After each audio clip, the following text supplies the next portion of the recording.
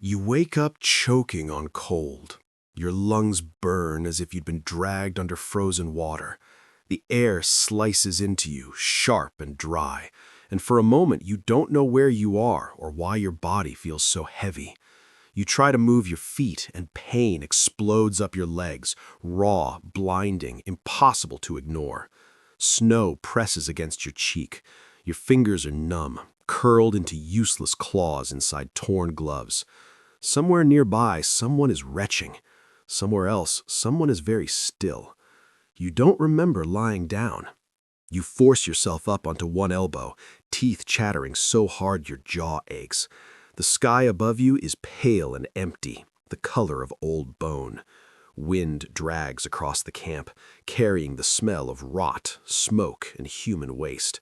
All around you, men are wrapped in rags and blankets, shapes huddled low against the cold like animals caught in a trap. You see blood frozen dark in the snow, marking the path of someone who tried to keep marching when they should have stopped. You realize with a dull flash of fear that the blood might be yours. This is Valley Forge. You don't know it yet, but the winter has already begun to kill you. Before we go back, before the marching, before the snow, before the slow collapse, take a breath. You were about to step into a survival simulation rooted in real history. If you want to endure more moments like this, if you want to survive history alongside those who lived it, consider subscribing now. It helps you stay with the story. It helps you stay alive. Now go back. Go back to when your boots were still whole. Go back to the march. You were moving north, late in the year, with the Continental Army stretched thin and exhausted.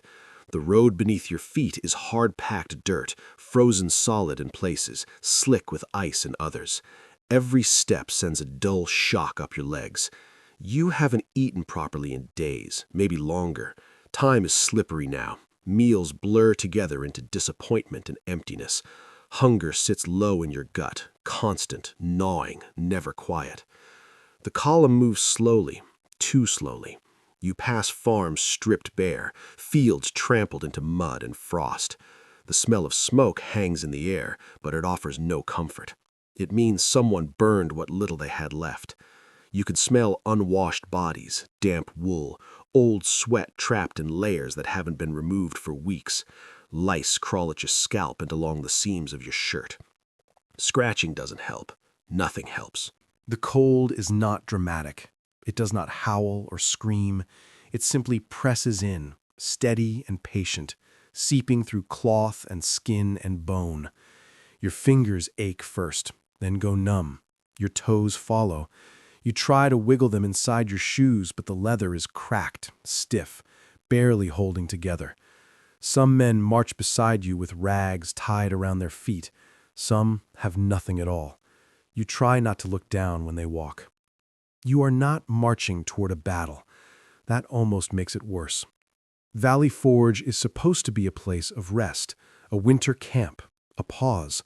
That is what the officers said, a place to regroup, to wait out the season, to survive until spring. You repeat that word in your head, survive, without really understanding what it will demand from you. The land begins to change as you approach. Trees crowd closer together, their branches bare and black against the sky. Snow clings to them in uneven patches. The ground slopes and dips, hiding pockets of ice beneath thin crusts of white. Men stumble, some fall. The column compresses, stretches, compresses again, like a tired animal trying to keep moving. You smell the Schuylkill River before you see it. Cold water, iron, rot. The river cuts through the land like a wound that never closes. Ice floats along its surface, bumping and grinding against itself. You imagine falling in and feel a spike of terror so sharp it almost wakes you up fully. You pull your coat tighter, though it does nothing. When you finally arrive, there is no camp waiting for you. There are no walls, no huts, no warmth. Just a wide stretch of frozen ground and trees and the quiet understanding that this is where you will stay. Orders ripple through the ranks, thin and tired. Men drop their packs where they stand, Some just sit, some stare.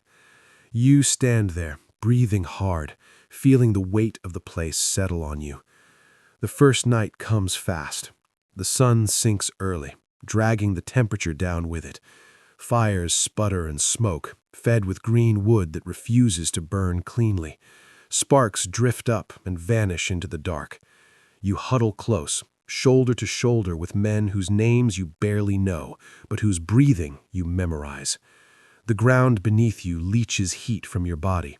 You wrap yourself in your blanket and feel the cold crawl underneath it anyway. Sleep does not come easily. When it does, it is shallow and broken. You wake repeatedly to the sound of coughing, of men shifting, of someone quietly crying into their sleeve. The cold gnaws at you, working its way into your joints. Your stomach cramps, twisting in on itself. You try to think of home, of warmth, of food, of safety, but those thoughts feel dangerous. They make the present sharper by comparison. Days pass, or maybe it's only one long day stretched thin. Work begins immediately. Trees are cut down with dull axes. Hands blister, split, bleed. You haul logs through snow that reaches your ankles, sometimes your shins. The sweat freezes on your back when you stop moving. Smoke stings your eyes constantly. Your throat is always sore. You drink when you can, melt snow when you have to. The water tastes wrong, metallic and flat. The huts go up slowly, unevenly. They're cramped, low, barely better than the open air. You help raise walls knowing they won't keep the cold out, knowing they will trap sickness inside. But you build them anyway, because doing something feels better than waiting. Food is scarce. Sometimes it doesn't come at all. When it does, it's thin soup, hard bread, meat that smells off but gets eaten anyway. You learn to chew slowly, to make the moment last. You watch men scrape bowls clean with their fingers, then lick them without shame. Hunger strips that away quickly. The cold deepens.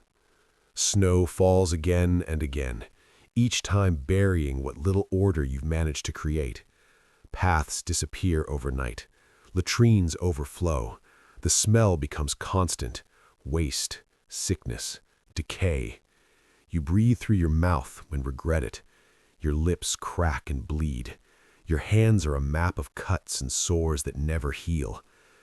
You begin to notice how quiet some men are getting.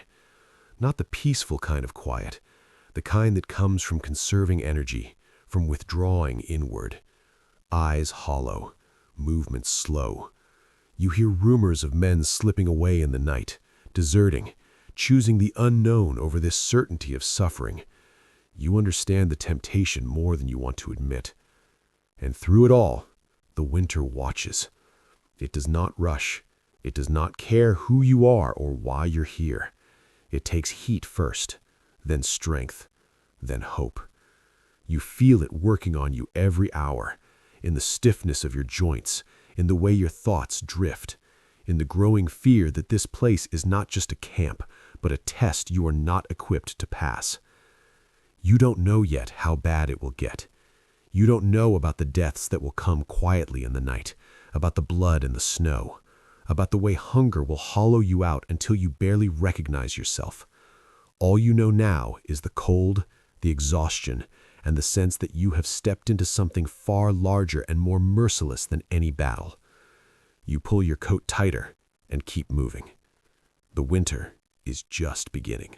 You wake before dawn, not because you are rested, but because the cold refuses to let you sleep any longer.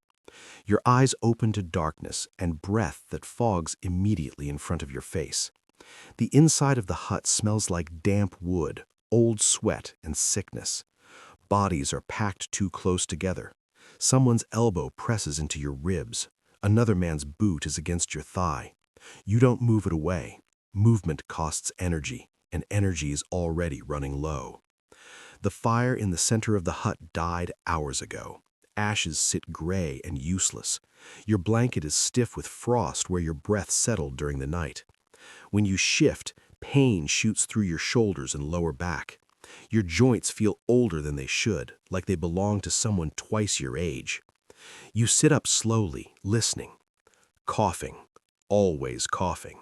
Wet, deep, rattling coughs that sound like something breaking loose inside a chest that won't heal.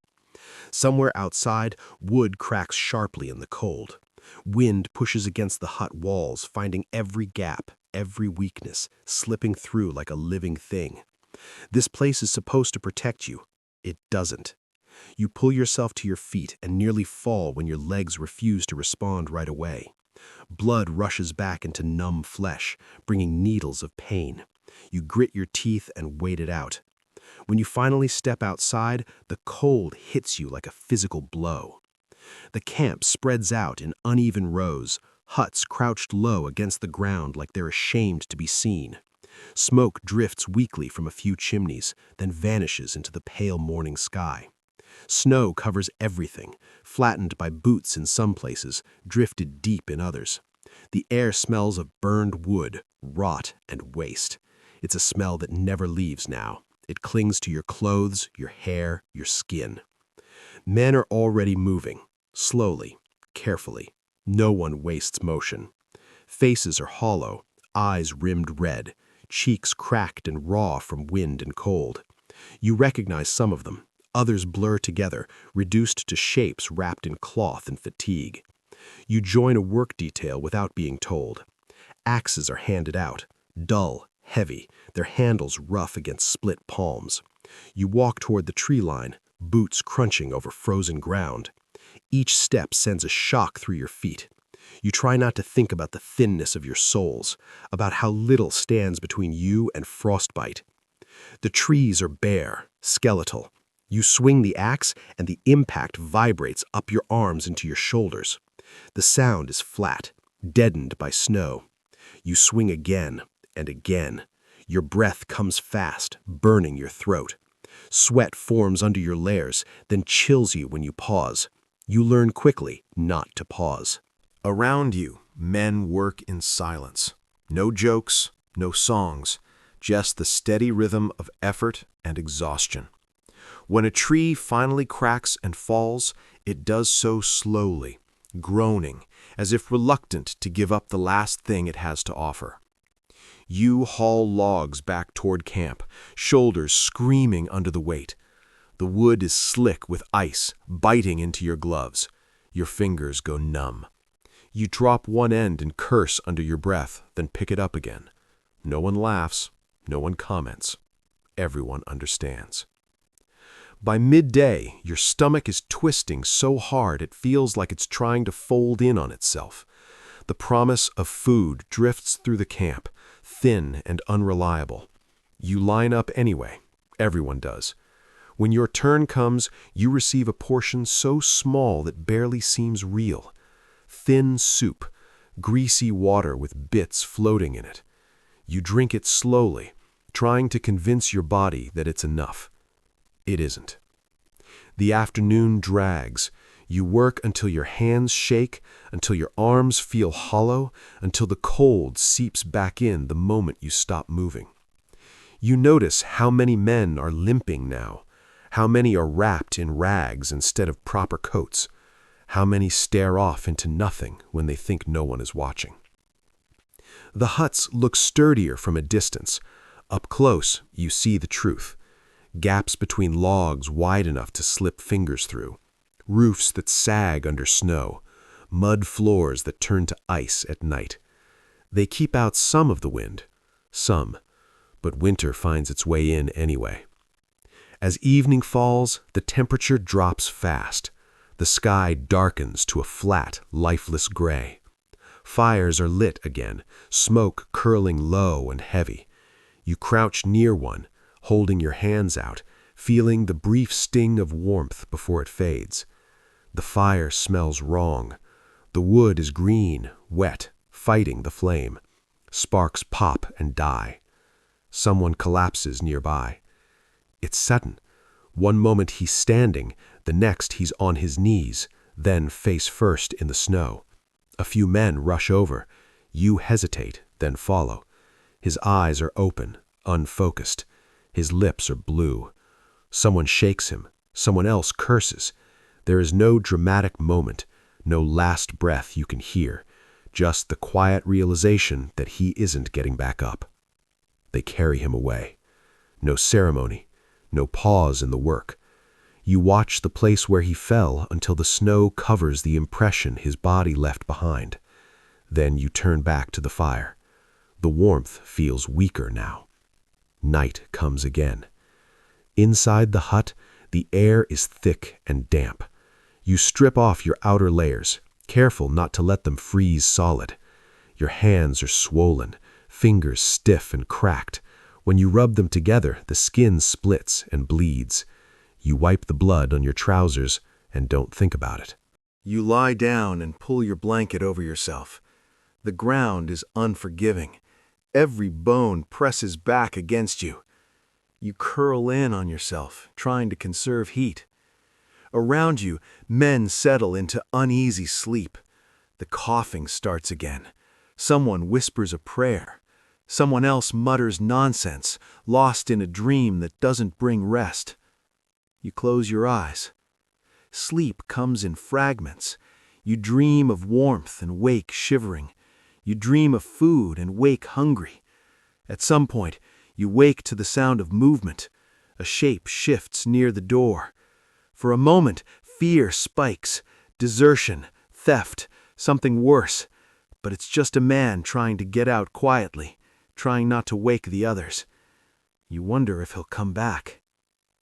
Morning reveals frost on the inside of the hut walls.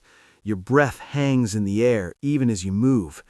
When you step outside, the camp feels smaller somehow, tighter, like it's closing in. You notice the sick first. Men who don't rise when the work details form. Men whose faces are flushed despite the cold. Men whose eyes are glassy, whose movements are slow and uncoordinated.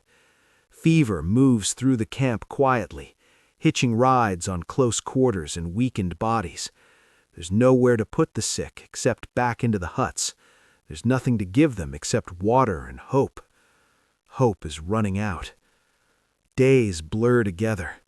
Work, cold, hunger, sleep that isn't sleep. You stop counting time in days and start counting it in aches, in meals missed, in men who disappear. You realize you haven't written home in weeks. You realize you don't know what you would say if you did. The camp was meant to hold you. Instead, it wears you down. You feel it in your thoughts first, a dulling, a narrowing.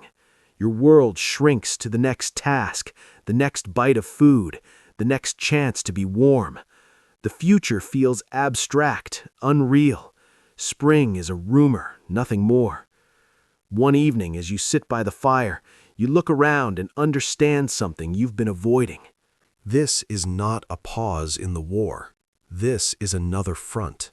And it doesn't care whether you are brave or loyal or afraid. It only cares how long you can endure.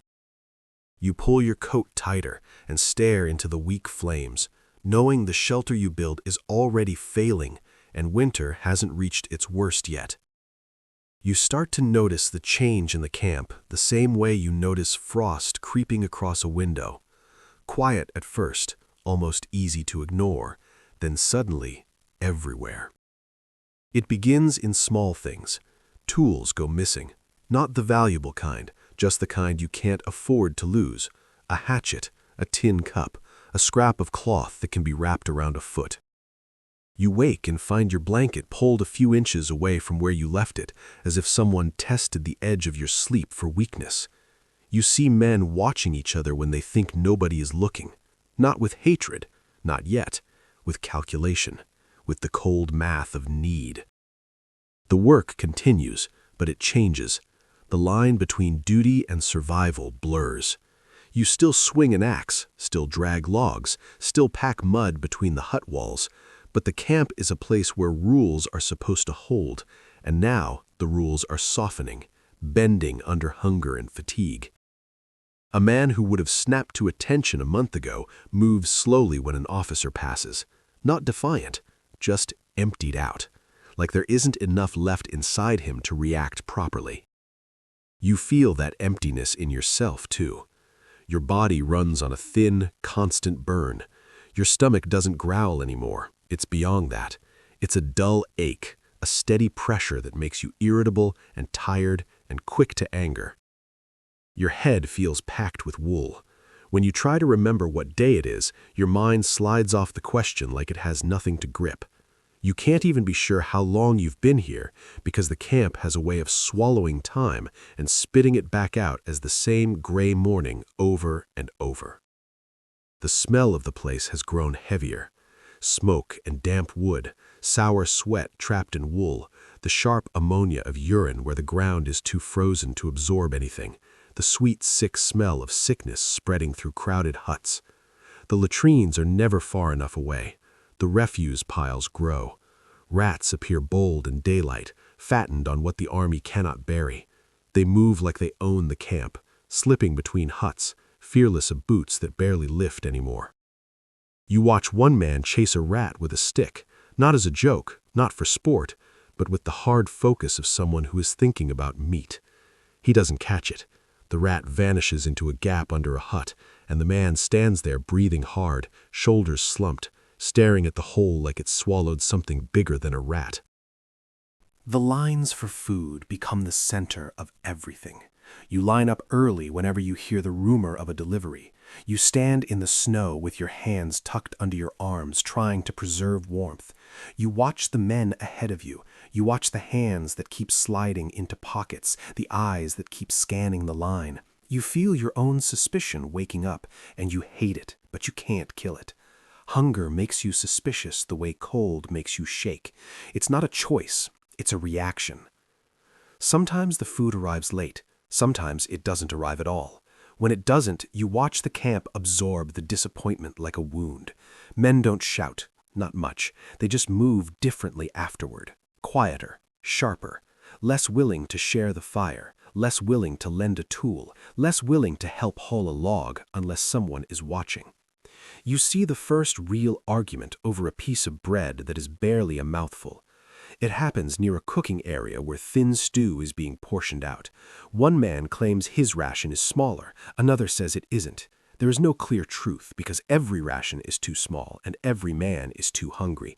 Their voices rise, hands shove. Someone slips on ice and goes down hard. A pot tips, spilling what little warmth and food it held into the snow. For a second, everything freezes, men staring at the wasted stew as if its blood spilled on the ground. Then the scramble begins. You see hands plunge into snow to scoop up the spilled food. You see men clawing at frozen slush, pushing each other aside, trying to salvage anything. You smell grease and ash and mud. You see a man press a filthy handful to his mouth like he's afraid someone will take it away.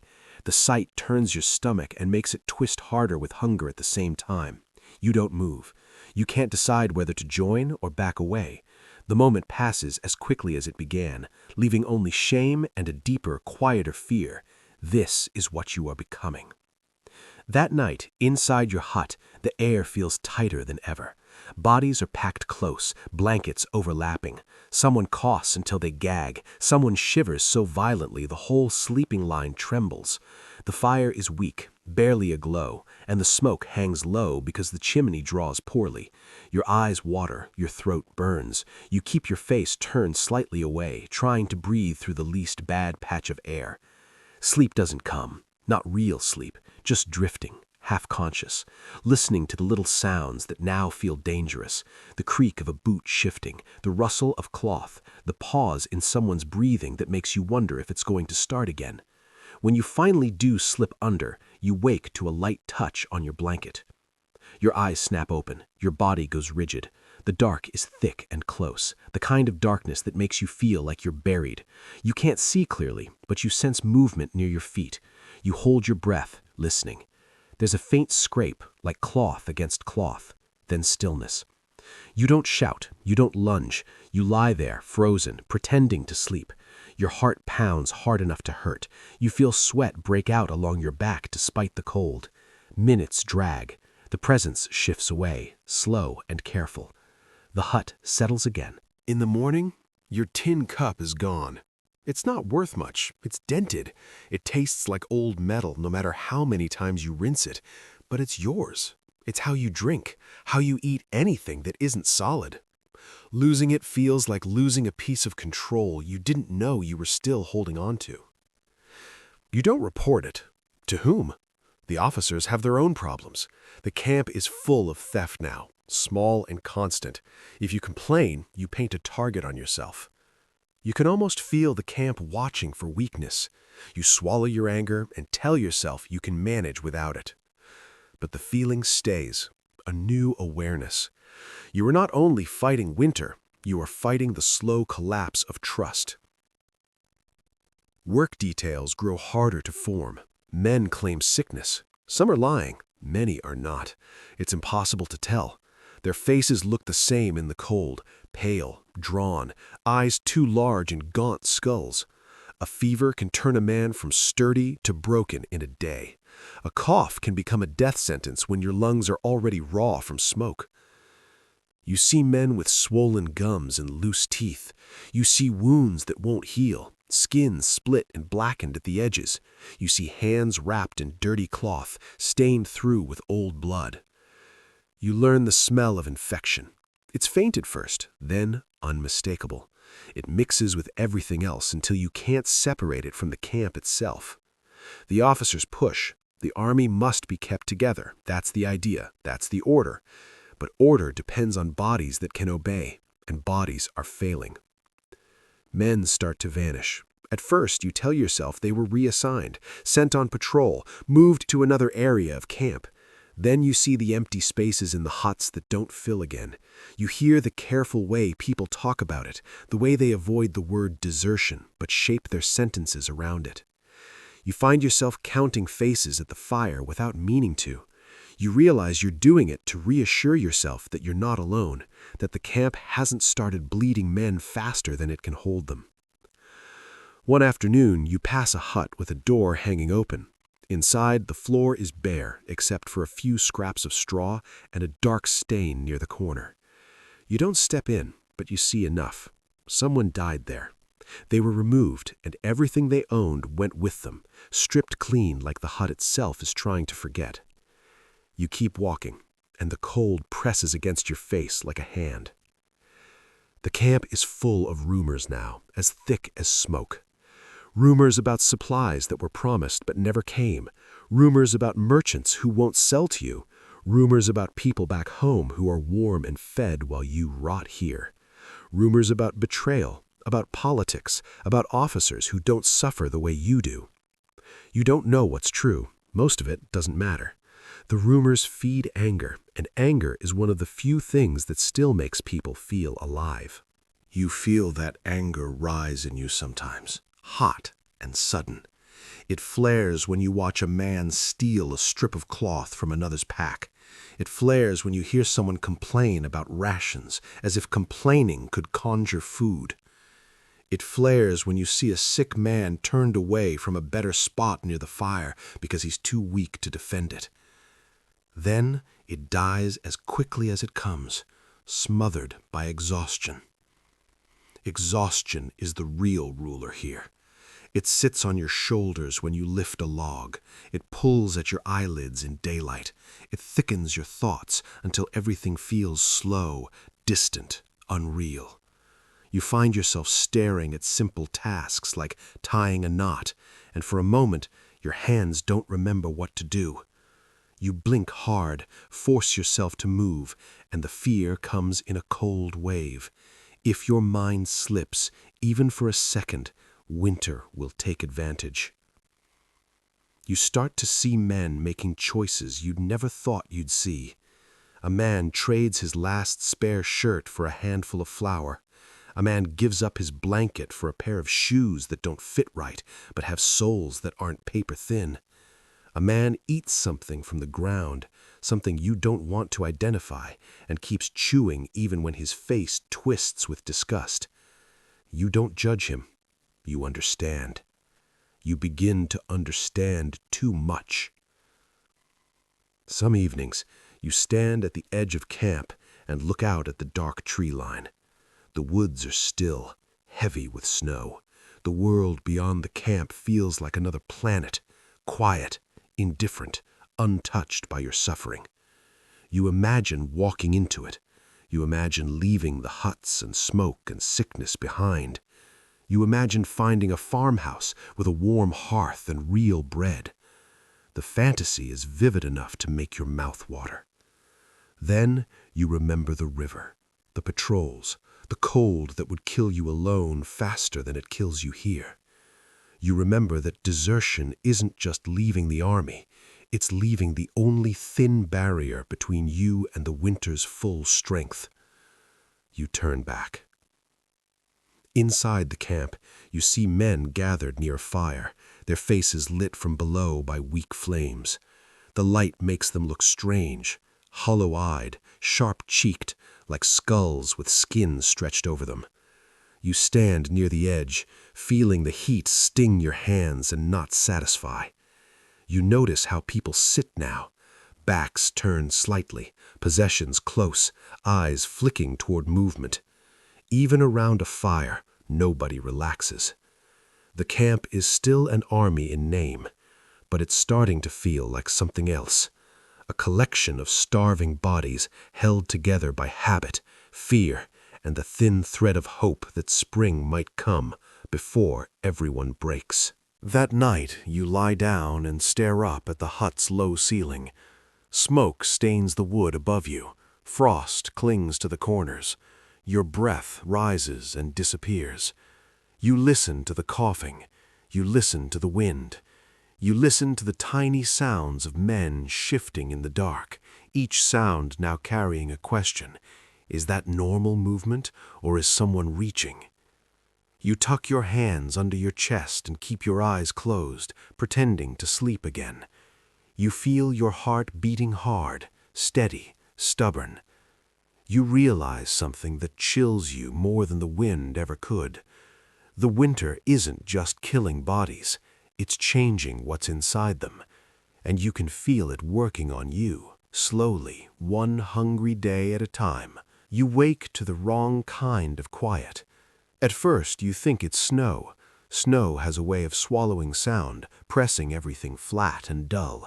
But this is different. This quiet feels empty, like something has been removed. You lie still inside the hut, listening for the usual signs of life, the coughing, the shifting bodies, the low groans of men waking in pain. They don't come.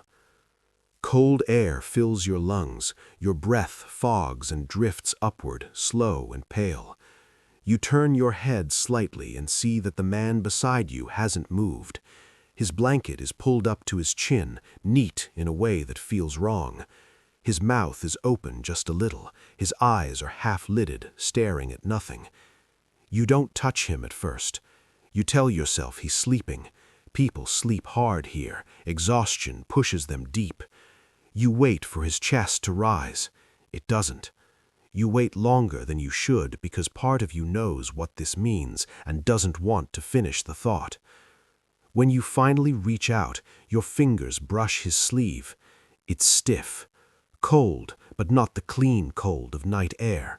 This is deeper, settled, the kind of cold that doesn't leave. You pull your hand back quickly like you've been burned.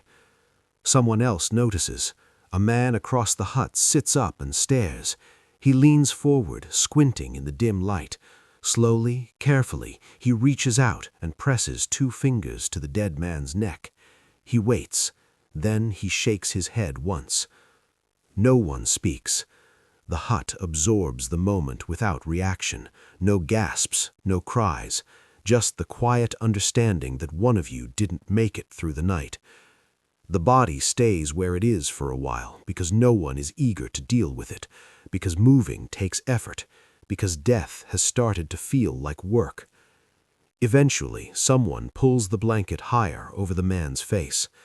You look away. Outside, the camp wakes slowly. Smoke rises from a few fires, thin and reluctant. The sky is a flat, lifeless gray.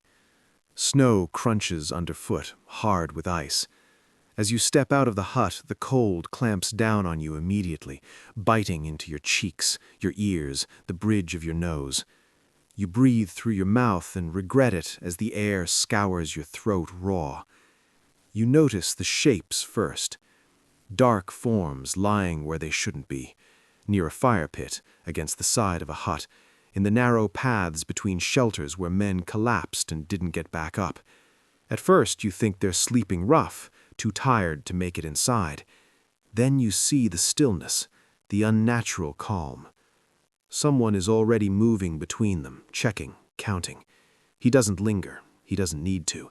The signs are obvious once you know what to look for. Skin pale beneath grime, lips darkened, eyes frozen half open, rimmed with frost. You smell it before you fully understand it. Not rot, not yet. This is fresher, a faint, sweet metal scent mixed with smoke and damp wool.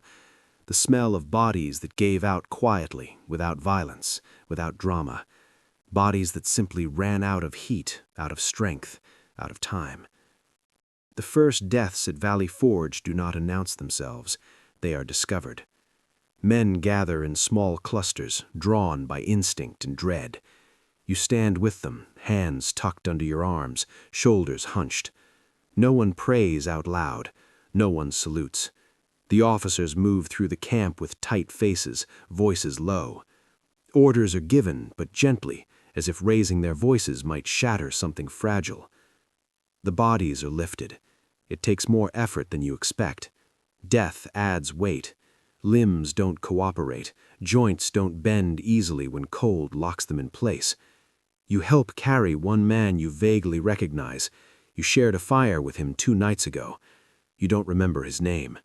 That realization hits harder than the weight in your arms. You carry him to the edge of camp where the ground is less trampled. Shovels strike frozen earth and bounce off. The sound rings sharp and useless. Someone swears under his breath. Eventually, shallow graves are scraped out where the soil is thinnest. They aren't deep enough. Everyone knows it. There isn't time. There isn't strength. The bodies are laid in carefully, almost tenderly. Blankets are not spared. They're pulled back, reclaimed. A dead man no longer needs warmth. The living do. You watch as hands work efficiently, stripping what little can be reused. Boots, coats, a scarf stiff with frost. Nothing goes to waste now. Sentiment has no place here. You feel a twist in your chest that might be grief or might just be fear wearing a new shape. When it's done, the graves are covered quickly. Snow hides them almost immediately, smoothing the ground, erasing the evidence. By midday, you have to look hard to remember where the men were laid. That's when you understand how this will work. Death will come quietly, and the camp will move on. Work resumes. Axes swing, logs are hauled, fires are fed. You move because stopping means thinking, and thinking feels dangerous right now. Your body feels heavier than yesterday, your movements slower. Your fingers ache constantly, a deep throbbing pain that never fully fades. The skin is cracked and split. When you grip a tool, it burns. You keep seeing the dead man's face when you blink. Not dramatically, just there, flat, empty. You wonder how long it took. You wonder if you woke up scared, or if he slipped away without realizing it. You wonder which would be worse. You don't let the thoughts linger. You can't afford to. By afternoon, another man goes down. This one doesn't die in his sleep. He collapses near the woodpile, knees buckling without warning. He tries to catch himself and fails. His head strikes the frozen ground with a dull sound. Men rush to him. You follow, heart hammering. His eyes are open, but they don't track properly. His breath comes shallow and fast. Steam pours from his mouth in short bursts. Someone tries to lift him, but he cries out weakly. The sound is thin, more like an animal than a man. You hear panic ripple through the small crowd. This is different. This feels like something that might still be stopped. They carry him to a hut, laying him down near a fire. Someone pours water into his mouth. He coughs, sputters. His hands twitch.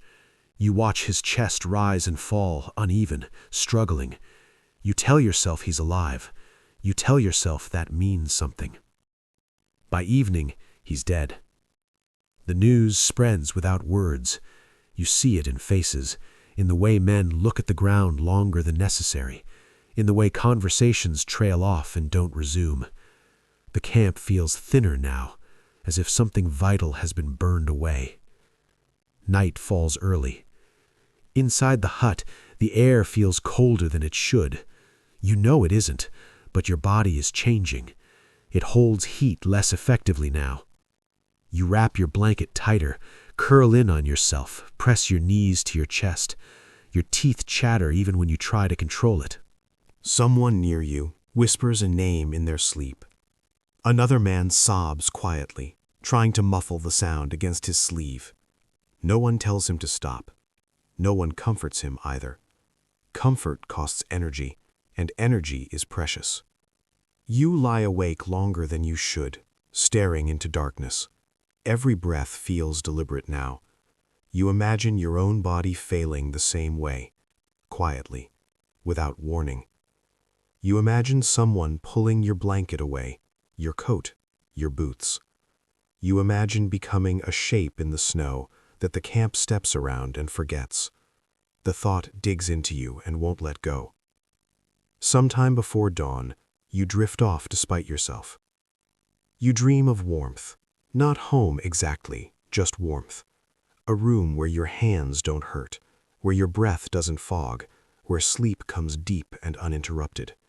The dream feels close enough to reach. You wake choking on cold again. Morning brings more bodies. Not many. 2, then 3. Spread across the camp like punctuation marks, marking the passage of something final. You stop reacting the way you did yesterday. The shock is duller. The fear is still there, but it's quieter, buried under routine. You help move another body. This one is lighter than the last. Too light. His ribs show through his shirt. His face is pinched, sharp. He looks like he's been carved down to essentials. You feel anger rise in you suddenly, hot and sharp. Not at him, at the situation, at the winter, at the slow cruelty of it all. The anger fades as quickly as it comes. There's no use for it. The camp adjusts. Fires are kept burning longer. Men are packed tighter into huts. Those who are still strong are worked harder to compensate for those who are gone or sick.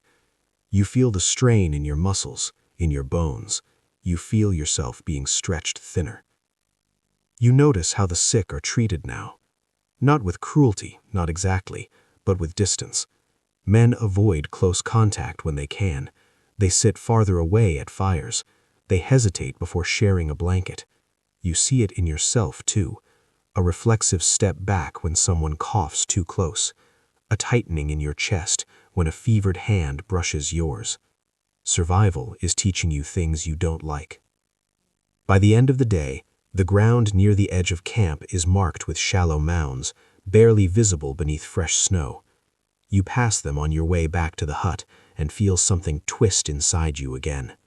Not grief, not yet. Something colder. Acceptance. That night, as you lie down, you realize you're doing something new. You're listening to the breathing around you. Not out of concern, out of calculation. You note who coughs, whose breath rattles, whose chest rises too slowly. You don't want to, but you can't stop. Some part of you wants to know who might not wake up, who might free up space, who might leave behind something useful. The realization makes you feel sick. You close your eyes and try to think of anything else. It doesn't work. The images come anyway. Frozen faces, blank stares, snow smoothing everything over. You understand now that Valley Forge isn't waiting for a single catastrophe. This is the catastrophe. Slow, quiet, relentless, and it has only just begun. You wake with your stomach already hurting. Not the sharp pain of an empty belly, not the sudden pang that comes and goes. This is deeper, a hollow pressure that feels permanent, like something vital has been carved out of you and never replaced. You lie still for a moment, hands pressed lightly against your abdomen, as if that might quiet it. It doesn't. Hunger is no longer a sensation, it is a condition. When you sit up, dizziness washes over you. The hut tilts slightly, then rights itself. You wait until your vision steadies before standing. Around you, men move slowly, carefully, as if everyone is made of fragile parts held together by habit. Someone coughs hard enough to gag. Someone else doesn't wake at all, and you don't look too closely yet. Outside, the cold feels sharper today. The wind has teeth. It slips under your coat through seams that were never meant to face a winter like this. Snow crunches beneath your boots, but the sound feels distant, muted, like you're hearing it through thick walls. The line for food forms early. It always does now. Men gather long before there's any confirmation that rations have arrived. You join them without thinking. You stand with your arms folded tight against your chest, shoulders hunched, conserving heat. Your mouth tastes sour. Your tongue feels thick. You swallow and feel nothing ease. The smell reaches you before you see the pots. Thin stew again, mostly water. A sheen of grease floating on top, catching the light. You inhale deeply and feel your body react instantly. Saliva flooding your mouth, stomach clenching hard enough to make you gasp. The reaction embarrasses you even though no one is watching. Everyone here feels it. Hunger strips dignity quickly. You move forward one slow step at a time. The man ahead of you sways slightly. You wonder how long he's been standing. You wonder how long you've been standing. Time stretches oddly now. Minutes feel like hours. Hours vanish without warning.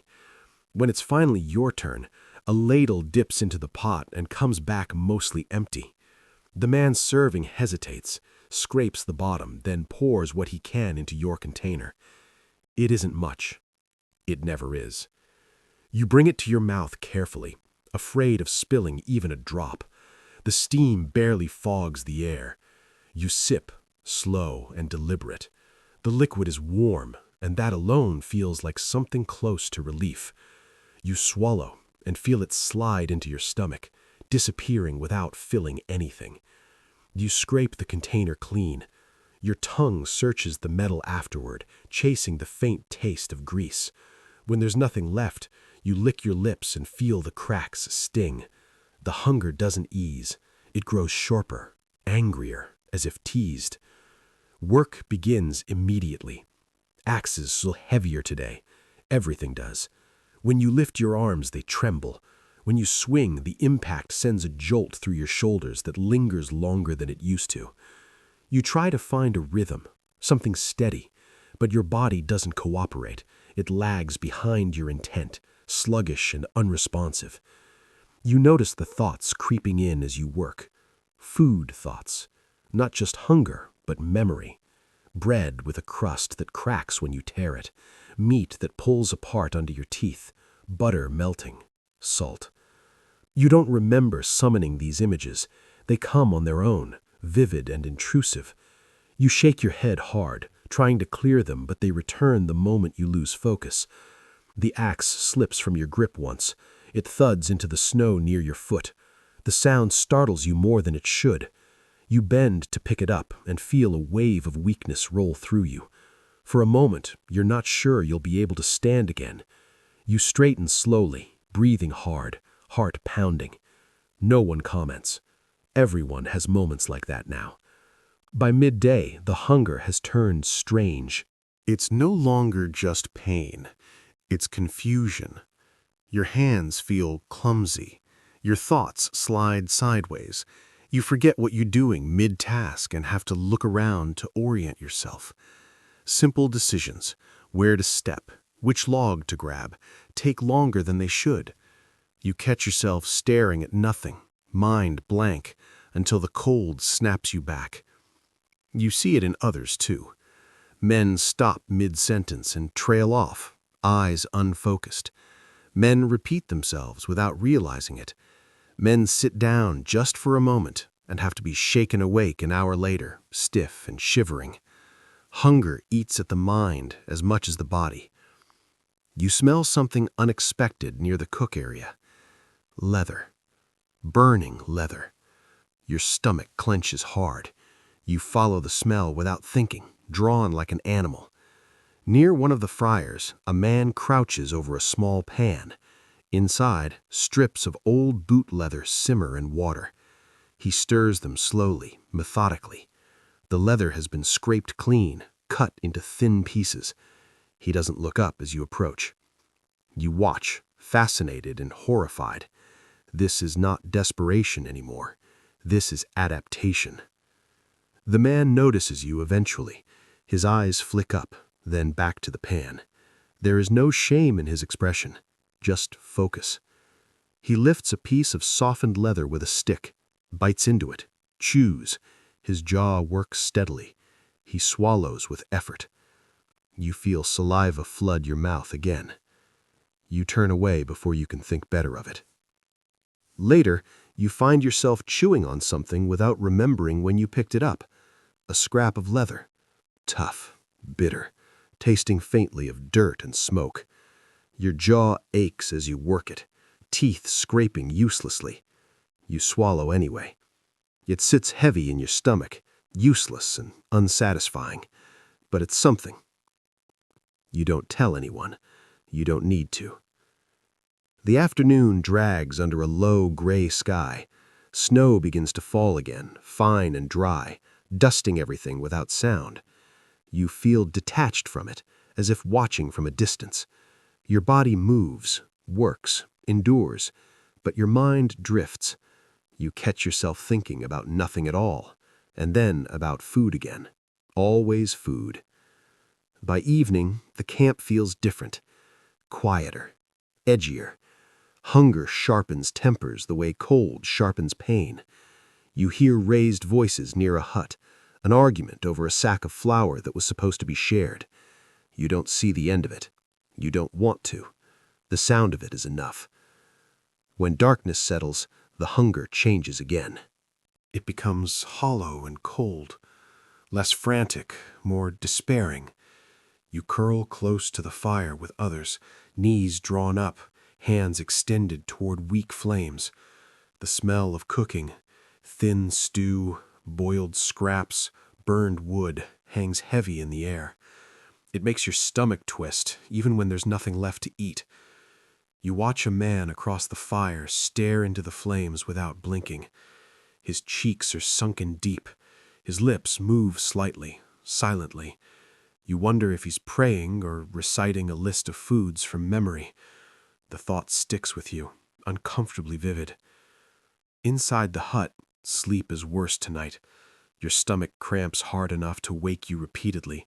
Your mouth waters as if expecting food that never comes. Your dreams are relentless. You see tables laid out heavy with meat and bread. You reach for them and wake with your hands empty, heart racing, jaw clenched. At some point, you wake to the sound of retching. Someone nearby is vomiting, dry and painful, the sound of a body rejecting its own emptiness. No one moves to help. There's nothing to give. Water might help. It might not. The sounds eventually stop, replaced by shallow breathing and quiet whimpers. You lie there, eyes open, staring at darkness. Your thoughts turn ugly. You start to measure the man around you. Not consciously, not deliberately, but you notice who was weaker, who coughs more, who hasn't been eating. You notice who still has boots in decent shape, who has a coat with fewer holes. The thoughts make you feel sick, but they don't stop. Hunger pushes them forward relentlessly. You understand now why order is fraying, why theft feels inevitable, why kindness costs so much. Morning comes too soon. Your body feels lighter in a way that alarms you. When you stand, your balance wavers. You catch yourself on the hut wall, fingers scraping against frozen wood. Your hands shake uncontrollably for several seconds before settling. Outside, another man is dead. You don't react the way you did before. The sight lands dully, like a fact you already knew. The hunger has blunted something inside you. The edge of shock is gone, replaced by a numb acceptance. Work continues anyway. You move through the motions, but your strength is slipping. Each task takes more effort. You breathe harder. Your heart pounds too fast for too little exertion. You feel fragile, like something essential is being consumed from the inside out. By midday, the rations don't come. No stew, no bread, nothing. The announcement spreads quietly, almost apologetically. There are no shouts, no protests, just a collective sag, like the camp itself has slumped. You feel it immediately. Your body reacts with a sudden, violent wave of weakness. Your vision narrows. You squat down, head between your knees, breathing through clenched teeth until it passes. When you straighten, spots dance in front of your eyes. Men drift toward the fires anyway, out of habit, out of hope that something might appear. Nothing does. Someone shares a crust saved from yesterday. It's broken into tiny pieces, each one passed carefully from hand to hand. When one reaches you, you hesitate, then take it. It dissolves on your tongue. The taste is overwhelming. Salt, grain, real food, however small. You close your eyes as you swallow, holding the moment as long as you can. When it's gone, the hunger roars back, louder than before. That night, the hallucinations begin. At first, they're subtle. You smell food that isn't there. Fresh bread, roasting meat. You follow the scent instinctively, only to find cold air and smoke. You shake your head, embarrassed, angry at yourself. Later, you see movement at the edge of your vision, a shape near the fire that vanishes when you look directly at it. You tell yourself it's exhaustion. You tell yourself everyone sees things when they're tired. But when you close your eyes, the images are there. Tables, plates, hands passing food. You wake with your mouth open, biting at nothing. Your jaw aches from clenching, your stomach spasms violently, and you curl into yourself, gasping quietly so you don't wake the others. You realize something frightening. Hunger is no longer just a threat. It's inside you now, changing the way you think, the way you see, the way you measure the world. You understand that if this continues, you will not be the same person who marched into Valley Forge. You may survive the winter, but hunger will take something from you that you won't ever get back. You lie there, listening to the wind scrape against the hut walls, and wait for morning, knowing that when it comes, it will bring the same emptiness with it. You wake before the pain reaches your feet. That's new. Your body has learned to warn you now, sending a dull pulse upward before you even move. When you finally shift your legs, the pain arrives in full, sharp, raw, immediate. It feels like your feet are splitting open from the inside. You grit your teeth and sit up slowly, bracing yourself against the hut wall while the sensation settles into something bearable. You already know what you'll see. Your shoes sit where you left them, misshapen and stiff. The leather is cracked so deeply it looks like dry earth after a drought. One sole is peeling away at the heel, held on by a few stubborn stitches and habit. You pick them up and feel how light they are. Too light. You slide your feet inside and wince as frozen leather scrapes against swollen skin. When you stand, the pain sharpens. It's not just soreness anymore. It's damage. Outside, the snow has hardened overnight, crusted with ice. Each step crunches loudly, and the sound feels exposed, like the camp can hear how much it hurts you to move. The cold bites into your feet immediately, slipping through gaps in the soles, creeping upward. Your toes burn, then go numb, then burn again. The cycle repeats with cruel consistency. You look down as you walk. You shouldn't, but you do. Dark stains mark the snow behind you.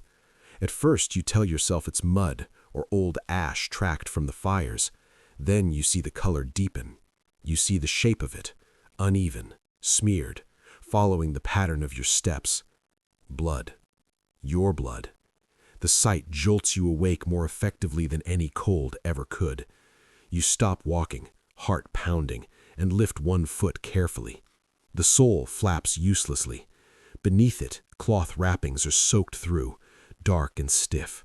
You can't feel your toes clearly anymore, but you know enough. You're bleeding into the snow. You're not the only one. As you move through camp, you notice the ground more closely. Red streaks, dark spots, trails that lead from huts to fires, from fires to work details, from work details nowhere at all. Some trails end abruptly, marked by churned snow where a man stopped moving for a while. No one comments. This is normal now. You join a work detail out of habit, not because you feel capable. You swing an axe, and the vibration travels straight through your arms and down into your feet, where it explodes into pain. You bite down hard, jaw clenched, eyes watering. Each swing leaves you lightheaded.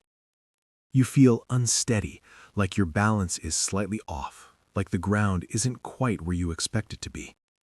You keep going anyway. Stopping would mean acknowledging how bad it's become. The cold gnaws at your feet relentlessly. You try to shift your weight, to favor one foot over the other, but both are damaged now. There is no good choice. Every step presses torn skin against frozen leather. Every step leaves a little more of you behind. By mid-morning, the pain changes. It dulls. That scares you more than the pain ever did. You wiggle your toes and feel only vague pressure in response. You stamp your foot lightly and feel nothing sharp, nothing clear. Just a distant awareness that the limb is still attached. You've heard what that means. Everyone has. Frostbite doesn't scream when it arrives. It whispers. It convinces you everything is fine until it's too late. You force yourself to keep moving. You stop checking your feet. You stop looking at the snow. You focus on the next task, the next breath, the next step. Your mind narrows like a tunnel with only one direction. Forward. At some point, you slip.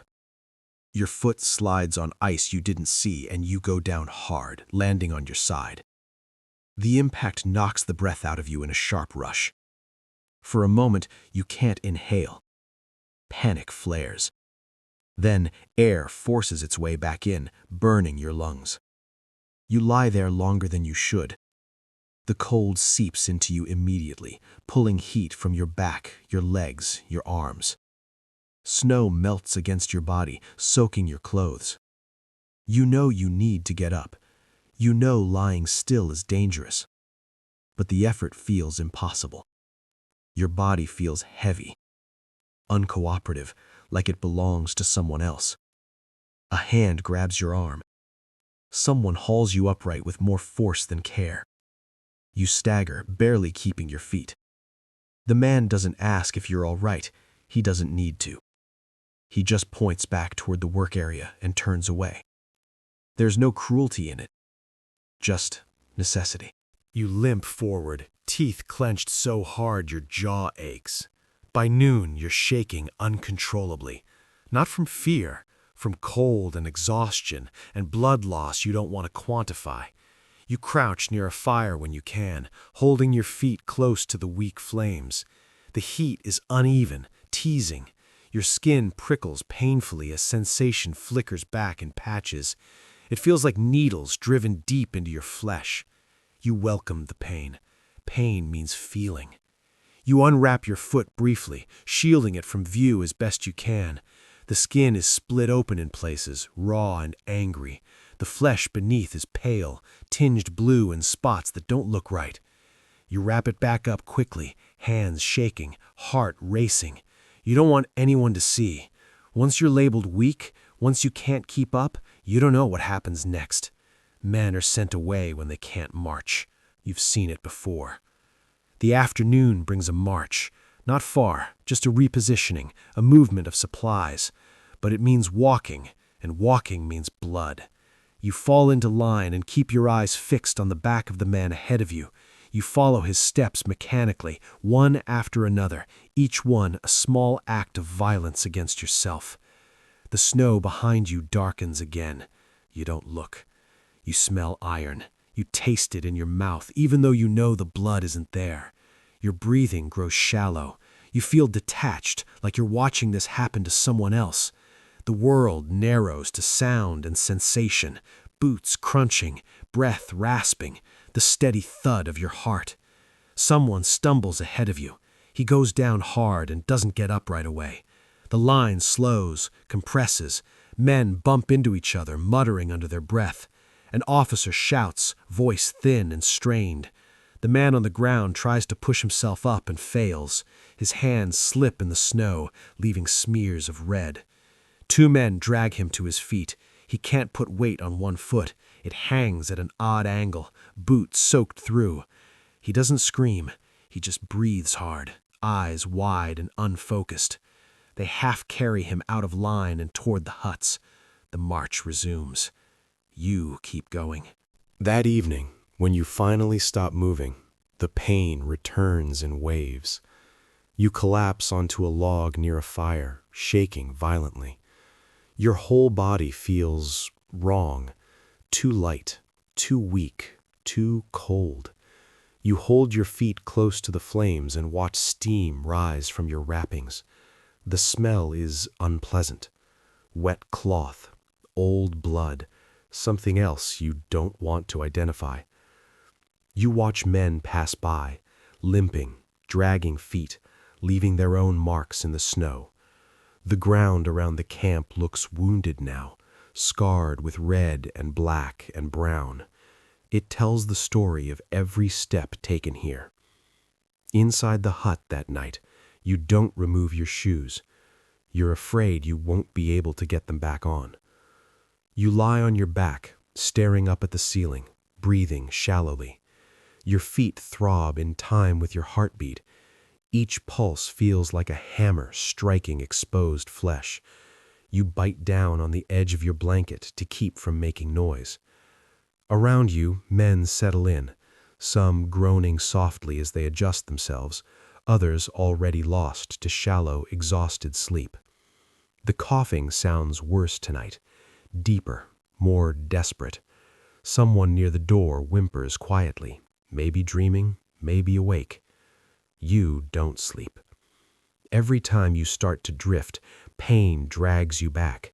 When sleep does come in brief snatches, it's filled with sensation, walking endlessly through snow, feet burning, ground red beneath you, the path stretching on without end. At some point in the night, the man beside you stops shifting. You notice because you've been listening too closely.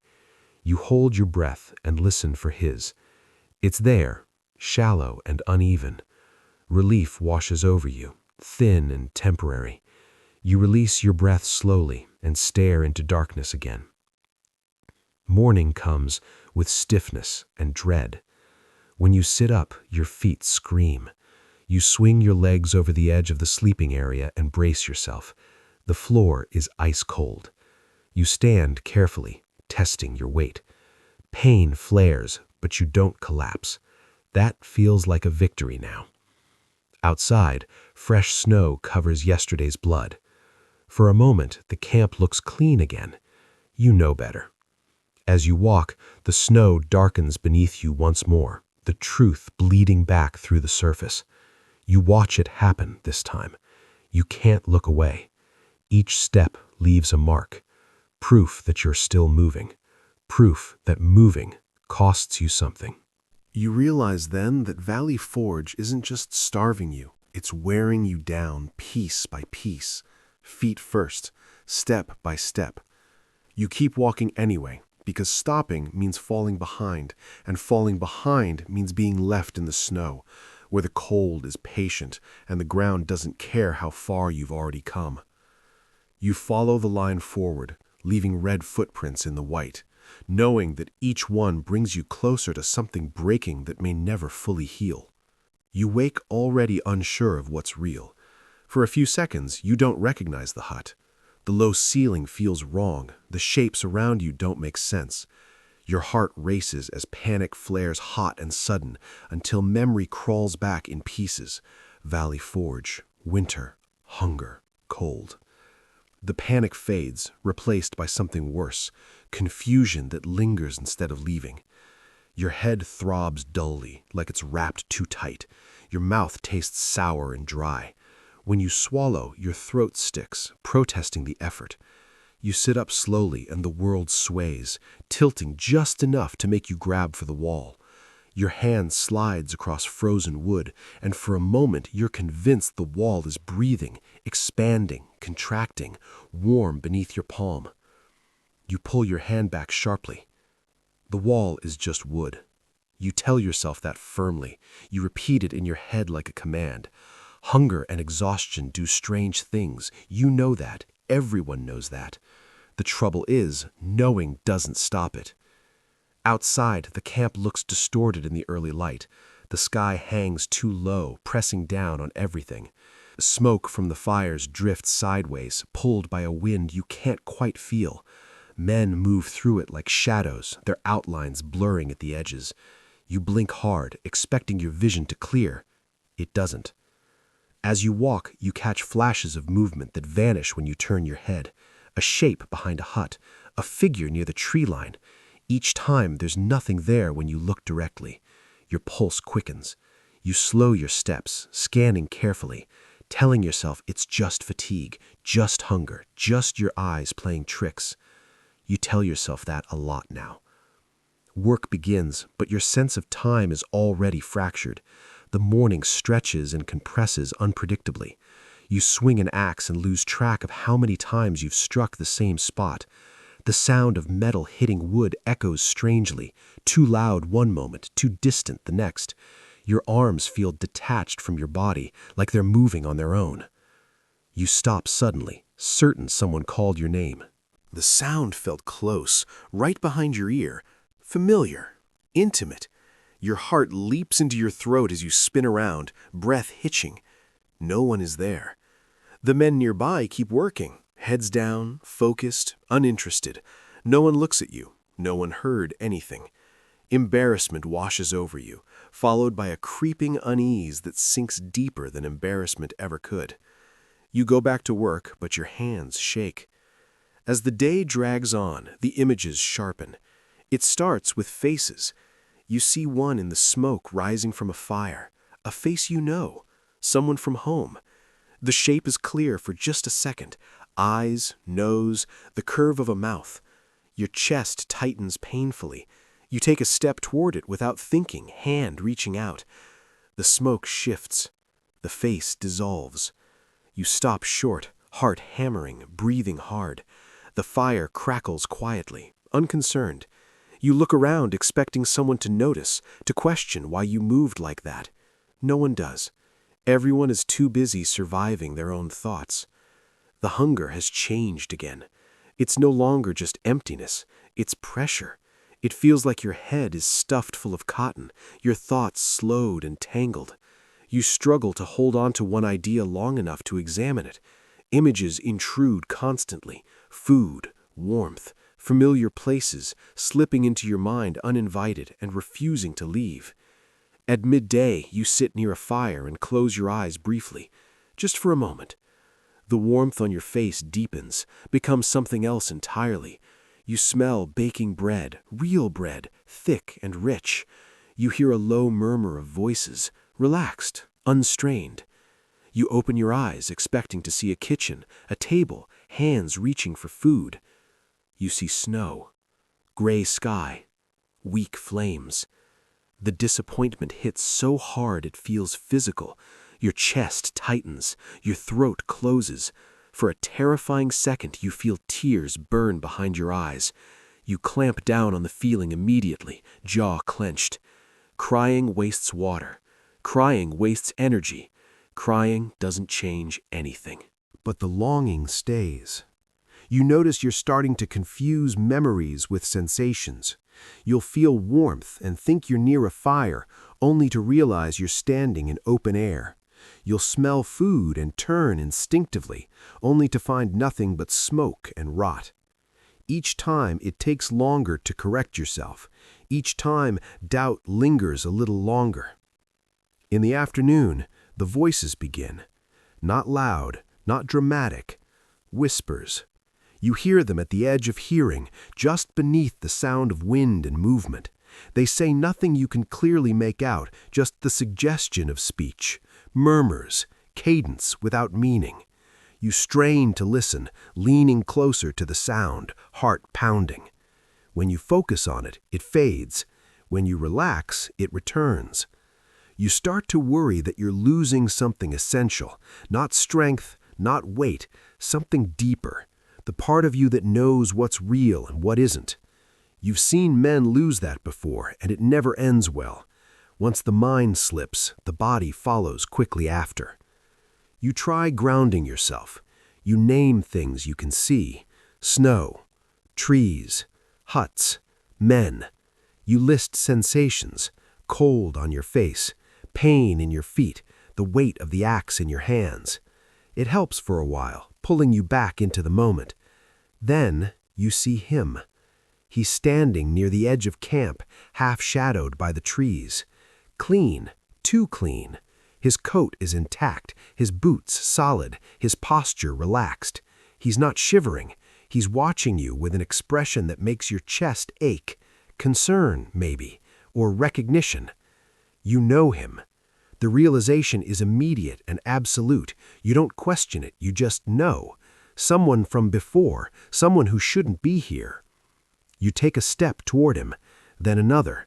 Your heart pounds with something dangerously close to hope. You open your mouth to speak, though you don't know what you'd say. His face sharpens as you approach.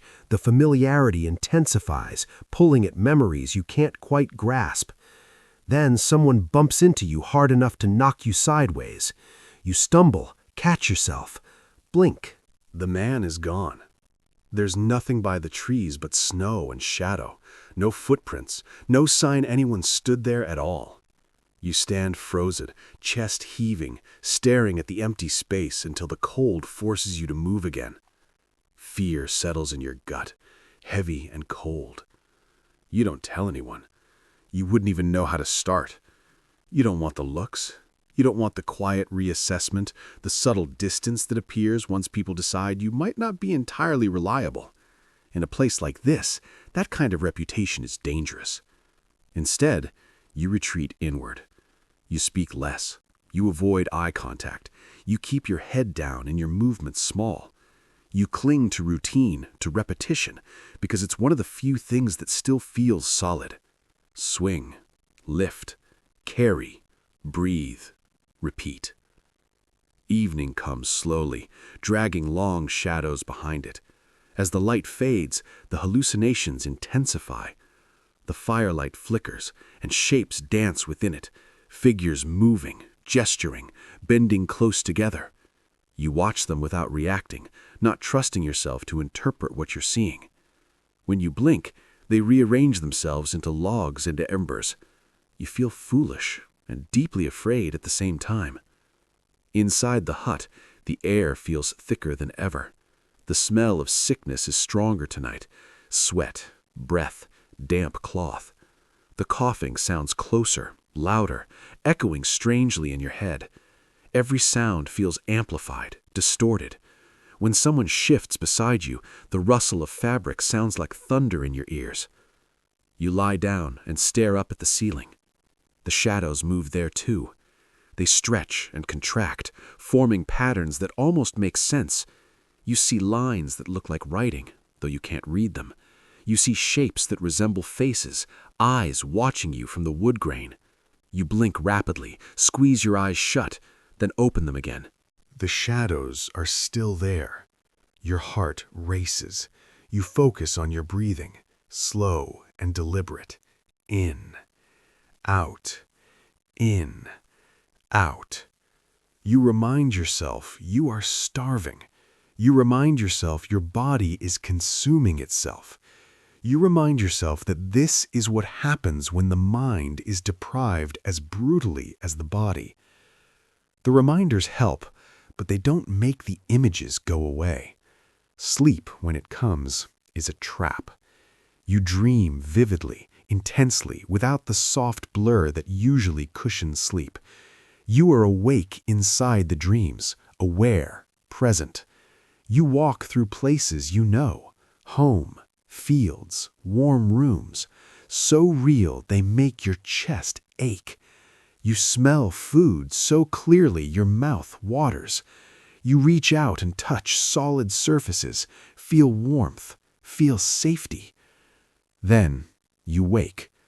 The contrast is unbearable. Your body jerks upright, breath hitching, heart racing. For a few seconds, you're convinced the dream was real, and this cold, dark hut is the illusion. The idea is seductive. It would be easier to believe you're still warm somewhere else. Reality forces itself back in slowly, cruelly. You spend the rest of the night half awake, afraid to sleep again, afraid of what your mind might show you next. The whispers return whenever the hut grows quiet.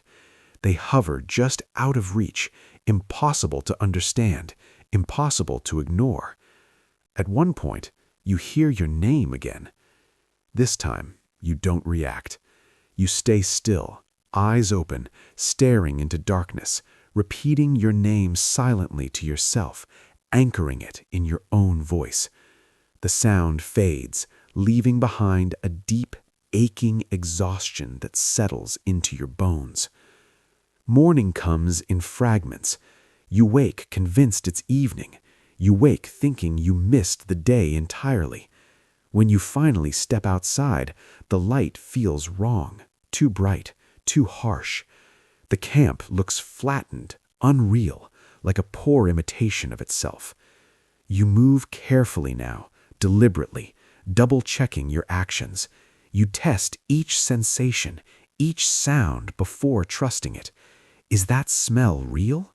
Is that shape real? Did someone actually say something, or did your mind fill in the silence again? It's exhausting. You realize with a quiet dread that the hallucinations are not a single event. They're a phase. A stage you've entered because your body has nothing left to give your mind. You've heard older soldiers talk about this, voices low, eyes distant. Men who start seeing things rarely last much longer. Either the body fails or the mind does, and then the body follows. You feel trapped between the two. As you work, you catch sight of another man staring into space, lips moving slightly, eyes unfocused. He sways where he stands, disconnected. Someone shakes him sharply, snaps him back into the moment. He blinks, confused, embarrassed, then returns to work without a word. The sight terrifies you more than anything else so far. You're not alone in this. The winter is stripping away reality itself, layer by layer, leaving behind minds that can't quite hold on to the world anymore. That night, as you lie down once more, you make yourself a promise. You will not follow the visions. You will not answer the voices. No matter how real they feel, no matter how comforting they become, you cling to the pain, the cold, the hunger, because as awful as they are real. They are proof that you're still here. You stare into the darkness, grounding yourself in every ache, every breath, every brutal sensation. Because the moment you stop doing that, the moment you choose the warmth your mind offers instead, you know you may never come back. And winter, patient as always, will be waiting to take what's left. You wake knowing someone is gone before you open your eyes. It isn't a sound that tells you, it's an absence, a space in the rhythm you've learned to recognize, the pattern of coughing, shifting bodies, shallow breaths fighting the cold. One of those sounds is missing. Your body registers it before your mind does, a quiet certainty settling in your chest. You lie still, staring into the dark, counting breaths that aren't yours. When you finally sit up, the hut feels heavier than it did last night. The air is thick and damp, clinging to your skin. You turn your head slowly and see the shape where a man should be. He's there, but wrong. Too still. His blanket is pulled high, almost carefully, as if someone tried to make him look peaceful. You already know. Someone else reaches him first. There's no rush anymore, no dramatic reaction. Just a tired hand pulling the blanket back enough to confirm what everyone expects. A brief pause, a nod. That's it. No words are spoken.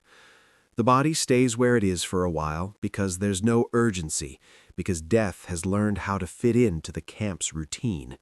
You step over him carefully as you move toward the door, eyes fixed on the floor, aware of how close your boots pass to his frozen hand.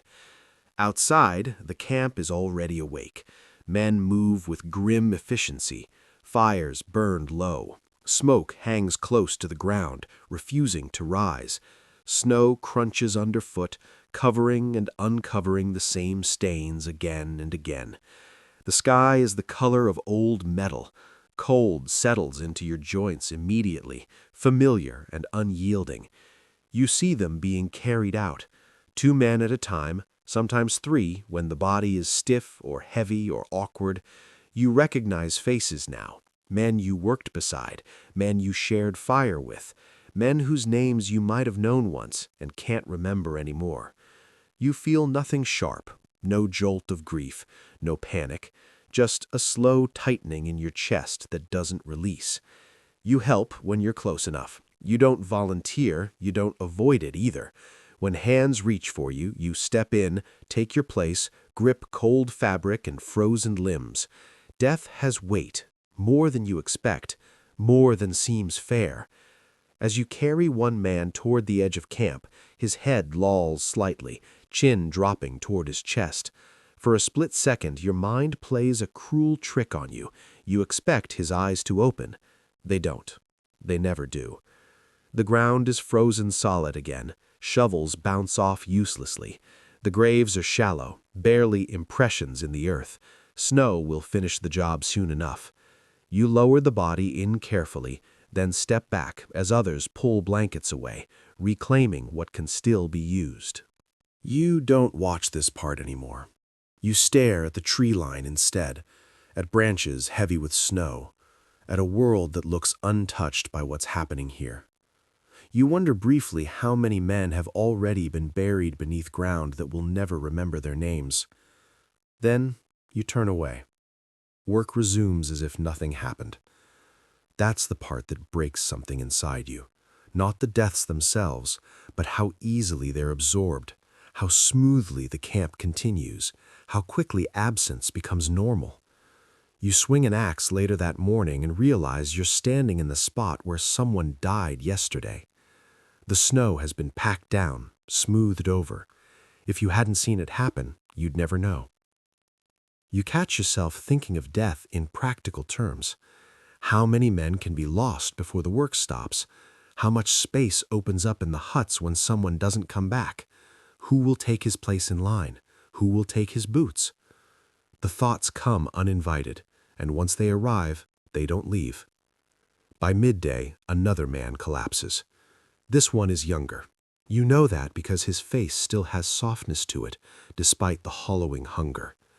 He goes down near the cook area, knees buckling, body folding inward. He doesn't cry out.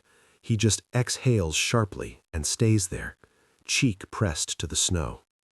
Someone tries to lift him. His body doesn't respond properly. His arms hang loose. His head lolls back at an angle that makes your stomach twist. When his eyes open, they don't focus. They slide past everything, unseeing. You know this look now. He's alive, but not for long. They move him to a hut, lay him near a fire. You pass by later and see him staring at the ceiling, lips moving faintly. You don't stop. You don't want to hear what he might be saying. You don't want to recognize his voice if he calls out. By evening, he's gone. No announcement, no signal. Just another body added to the count. That night, inside the hut, the mood is different. Quieter, heavier. The space feels tighter, even though there are fewer people. Someone mutters a name under their breath. Someone else swears softly, not in anger, but in exhaustion. The coughing sounds worse tonight, deeper, wetter. It echoes too much in the low ceiling. You lie down and stare upward, eyes open, listening. You find yourself memorizing the sounds of breathing again.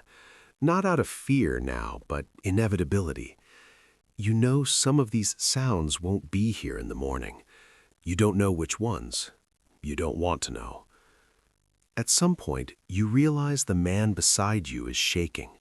Not from cold alone. His breath comes in shallow bursts, uneven and strained. You turn your head slightly and see sweat on his face despite the freezing air. His eyes are closed tight, brow furrowed, lips pale. He whispers something. You lean closer without thinking. It's a name, not yours. You pull back, heart pounding. You don't know what to do. There's no medicine, no comfort to offer that won't cost you something you don't have. You turn away slowly, ashamed, relieved, afraid all at once. Sometime before dawn, the shaking stops. You know it has even before you check. Morning confirms it. The man lies still, eyes open now, staring blankly upward. His mouth is slightly open, as if caught mid-word. You look at his face longer than you should, searching for something familiar, something human. All you see is emptiness. You help carry him out. His body is lighter than the others, too light. Your arms ache with the wrong kind of strain, the kind that comes from lifting something fragile instead of heavy. You wonder how long he'd been starving before he even arrived here. As you lower him into the ground, a thought hits you suddenly, unbidden and horrifying. You're glad it wasn't you. The thought sticks, ugly and undeniable. It makes you feel sick, but it doesn't leave. You cover it up with routine. Step back, brush snow from your hands, turn away. The camp is shrinking, not physically, but spiritually. You feel it in the way men move past each other without acknowledgement, in the way conversations have dried up entirely, in the way eyes avoid other eyes, as if looking too closely might invite something unwanted. You don't talk about the dead anymore. There are too many. Names blur together, faces fade faster than they should. You can't afford to hold on to each loss individually. Your mind starts grouping them instead. Yesterday's deaths, last week's deaths, the ones from before it got really bad. This coping scares you more than the hunger ever did. You see it happening to everyone. Men step around bodies without slowing. Men eat beside graves without comment. Men pull blankets from the dead with practiced hands, then wrap themselves tighter and move on. No one is cruel. No one is kind either. Kindness has become a luxury. In the afternoon, you bury someone you knew well enough to miss. You worked beside him for days. You shared a fire. You once traded him a scrap of cloth for nothing in return. When you see his face uncovered, something inside you tightens hard enough to hurt. This one breaks through the numbness.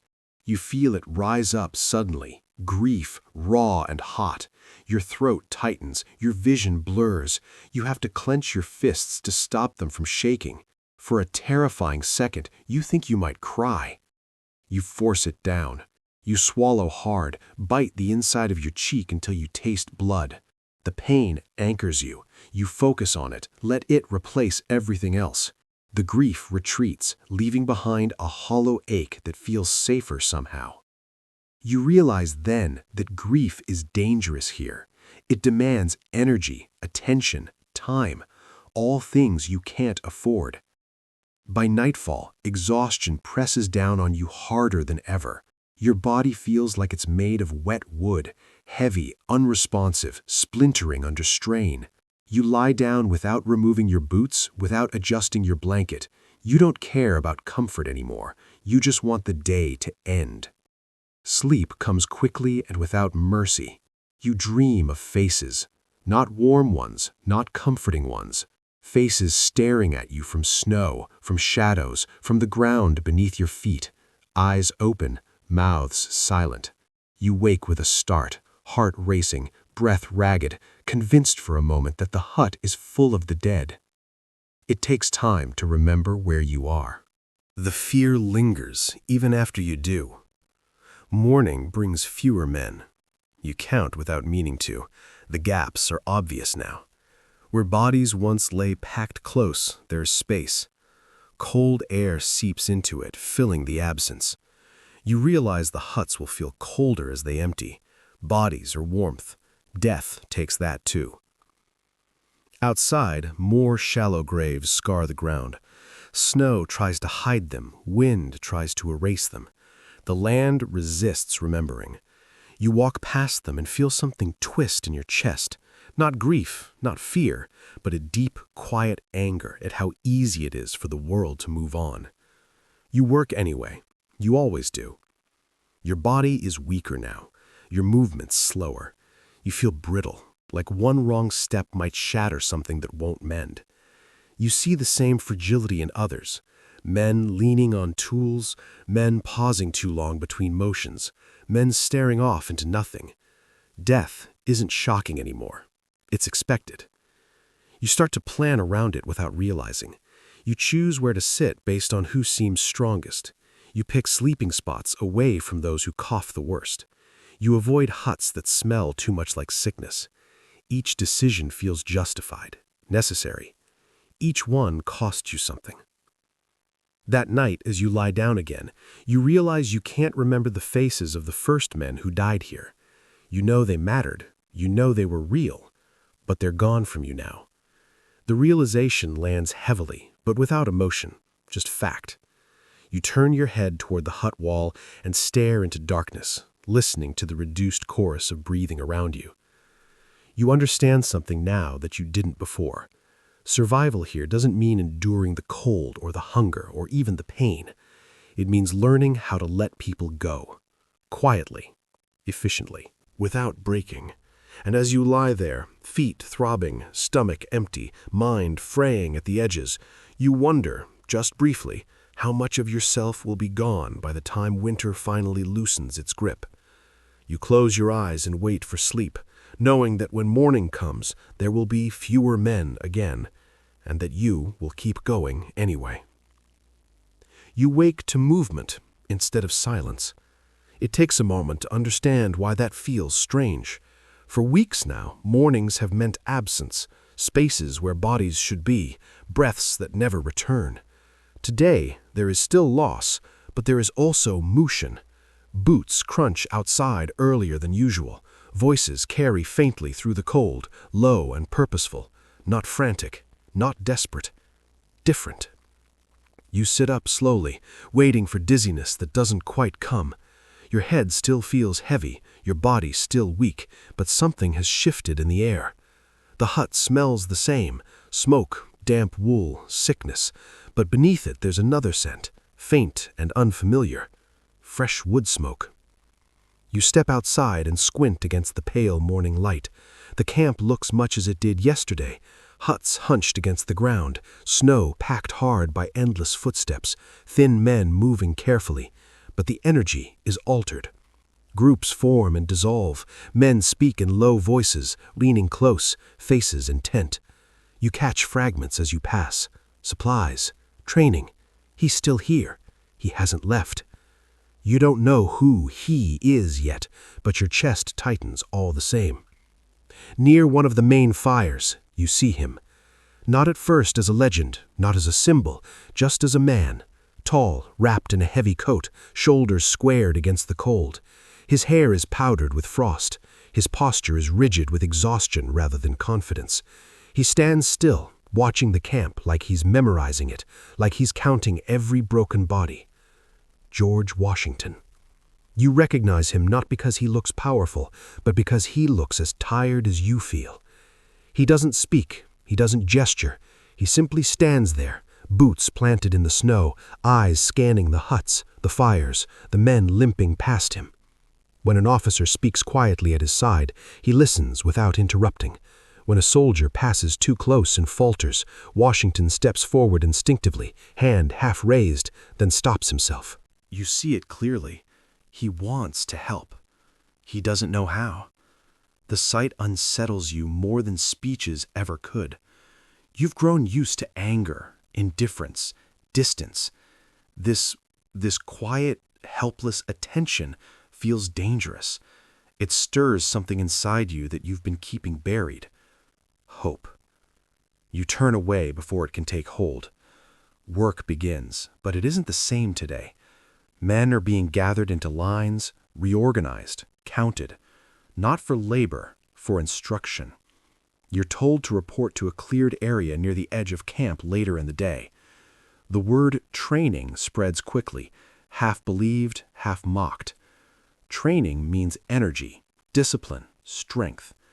You don't feel like you have any of those left. Still, you go when told.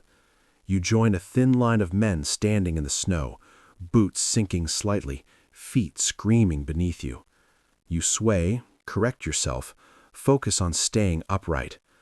Around you, others do the same.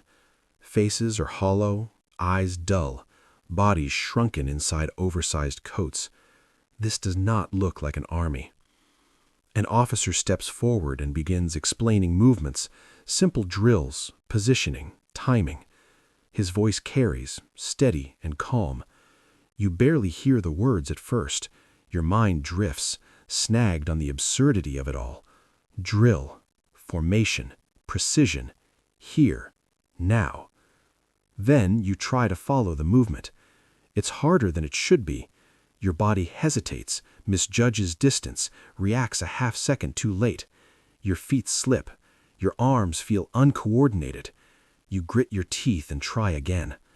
The man beside you stumbles worse and nearly falls. Someone catches him before he hits the ground.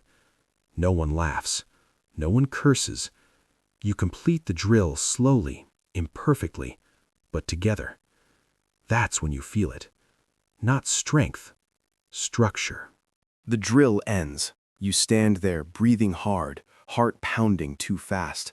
Sweat chills against your skin immediately. You should feel worse for the effort, but instead there's a strange, unfamiliar sensation settling into your chest. Purpose. It doesn't erase the hunger. It doesn't ease the pain in your feet or the fog in your head, but it gives the suffering a shape, a direction. For weeks, endurance has been the only goal. Survive the hour, the night, the morning. Now there is something else layered on top of it. Prepare. Word spreads quickly after that. More supplies are expected. Not enough, never enough, but more than before. Men talk about wagons finally getting through, about organization, about foreign officers drilling the army properly, about Washington refusing to abandon the camp despite pressure, refusing to retreat to comfort while his men rot in the snow. You don't know how much of it is true. You do know that Washington hasn't left. You see him again later, walking the camp with slow, deliberate steps. He stops to speak with small groups, his voice low, almost lost in the wind. You can't hear what he says, but you see how men react, not with cheering, not with pride, but with something quieter. Recognition. He sees you, not as numbers, not as expendable shapes, as what's left of an army. That night the camp feels different again, still hungry, still cold, still sick, but less abandoned. Inside the hut, men talk more than they have in days, not loudly, not happily, but they talk. They share rumors, speculate, argue quietly about whether this will matter, whether it's too late, whether their bodies can even respond anymore. You listen without joining in. Part of you is afraid to believe any of it. You've learned what hope does when it collapses. It takes more with it than despair ever could. You lie back and stare at the ceiling, listening to voices blend into a low murmur that almost feels comforting. Almost. Sleep comes in pieces. Your dreams are still sharp, still vivid, but something has changed there too. The warmth you see isn't overwhelming anymore. The faces don't pull at you as hard. You wake less panicked, less disoriented. When you open your eyes, it doesn't take as long to remember where you are. Morning brings confirmation. Actual supplies arrive. Not abundance, nothing close, but real food, real cloth, real boots, even if there aren't enough to go around. You stand in line and watch sacks being unloaded, hands moving with care, guarded but efficient. The smell hits you like a blow. Flour, salt, preserved meat. Your stomach cramps violently in response. When you receive your portion, it's still small, still insufficient, but it's solid. It has weight. You eat slowly, deliberately, forcing yourself not to rush, not to gulp. The taste is almost too much. You close your eyes as you chew, grounding yourself in the sensation, terrified it might vanish if you don't pay attention. It helps. Not enough, but more than before. Training continues over the following days. Your body protests at every step, muscles cramp, your feet throb constantly. You're exhausted before drills even begin. But something stubborn inside you responds. Your movements sharpen slightly. Your reactions improve. You feel marginally more connected to your own limbs, as if your body remembers what it was meant to do. You still see men collapse. You still help carry bodies. But now, when someone falls, there's an urgency to respond, an effort to intervene sooner, to pull them back from the edge if possible. It doesn't always work. Often it doesn't, but the attempt matters. You see it in Washington, too. He moves through the camp constantly, tireless in a way that doesn't feel performative. His face grows thinner, his eyes darker. You overhear an officer mention that he sleeps little, eats little, worries constantly. That knowledge spreads quietly, settling into the camp like a shared burden. He's suffering too. That doesn't make your suffering better, but it makes it shared. One evening, as the sun sinks behind the trees, you watch Washington stop near a small cluster of huts. A man is being carried out, limp and pale. Washington removes his hat. He doesn't say anything. He stands there until the body is gone, then puts the hat back on and walks away slowly, shoulders hunched against more than just the cold. The image stays with you. That night, lying in the hut, you realize you haven't hallucinated in hours. The whispers don't come. The faces don't appear in the shadows. The hunger is still there, gnawing and relentless, but your mind feels steadier, not clear, not strong, but anchored. Purpose does that. It doesn't save you. It stabilizes you. Days blur together again, but differently now.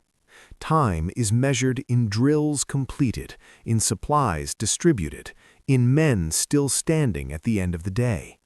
You still count the dead, you always will, but now you also count the living. You count yourself among them. One morning, as you stand in formation, shivering, breath fogging, Washington rides past slowly on horseback. The horse's breath steams in the cold. Washington's gaze passes over the line, pausing briefly on faces, on postures, on wounds barely concealed beneath cloth. For a split second, his eyes meet yours. There's no recognition there, no personal connection, just acknowledgement. You exist. You matter enough to be seen. The moment is over quickly. He rides on. The drill continues. But something in you straightens just a little. Your shoulders square, your stance firms despite the pain in your feet. You are still starving, you are still cold, you are still surrounded by death. But now you are part of something being held together by force of will instead of habit alone. That matters more than you expected. As night falls, you sit near a fire and stare into the flames. They flicker weakly, fighting damp wood and wind, but they stay lit. You hold your hands out and feel warmth reach you in brief, teasing waves. You think about how close you came to letting your mind drift away into hallucinations and false comfort. You think about the men who did. You think about the ones who won't be here much longer no matter what changes. And you think about spring, not as a promise, as a possibility. You lie down that night with your boots still on, feet throbbing, stomach half full for the first time in weeks. You don't expect miracles. You don't expect survival to suddenly become easy. But as you close your eyes, you feel something unfamiliar settle over you. Not hope, resolve. You will endure this place, not because it is noble, not because it is glorious, but because you are still here, and for now that is enough. You wake to the sound of a whistle cutting through the cold. It startles you out of shallow sleep, sharp and purposeful. For a moment your heart races with the old instinct, alarm, danger, something wrong. Then memory catches up. Training, drills, structure. You sit up slowly, joints stiff, feet screaming in protest, and wait for the dizziness that now comes less violently than before. Less violently does not mean gone. You breathe through it, steady and deliberate, until the hut stops tilting. Around you, men are already moving, not rushing, just moving with intent. That alone feels strange. For weeks, motion has been forced, reluctant, fueled by necessity alone. This movement has a different quality to it. It's practiced, rehearsed. You pull on your coat and step outside. The cold is still brutal. The wind still cuts. Snow still blankets the ground in an endless, blinding white. None of that has changed, but the camp feels tighter now, more organized. Paths are more defined. Fires burn in predictable places. Men gather in groups that make sense instead of clumps formed by exhaustion. You fall into line without being told. Your body remembers the position before your mind does. Feet placed carefully, shoulders squared as much as they can be, arms at your sides, heavy and uncooperative. You sway slightly, correct yourself, and lock your gaze forward. An officer moves down the line, checking spacing, posture, readiness. He doesn't shout, he doesn't threaten. His voice is calm, precise. He corrects a man's stance with a tap of his boot, adjusts another's position by inches, small details, exactness. You feel exposed. Training strips away the fog you've been hiding in. It forces you to focus, to be present in your body whether you want to be or not. Every ache becomes louder, every weakness more obvious. But there's no room to retreat inward. Not here, not now. The drill begins. Step, turn, hold, reset. Your muscles protest immediately. Your feet throb with every shift of weight.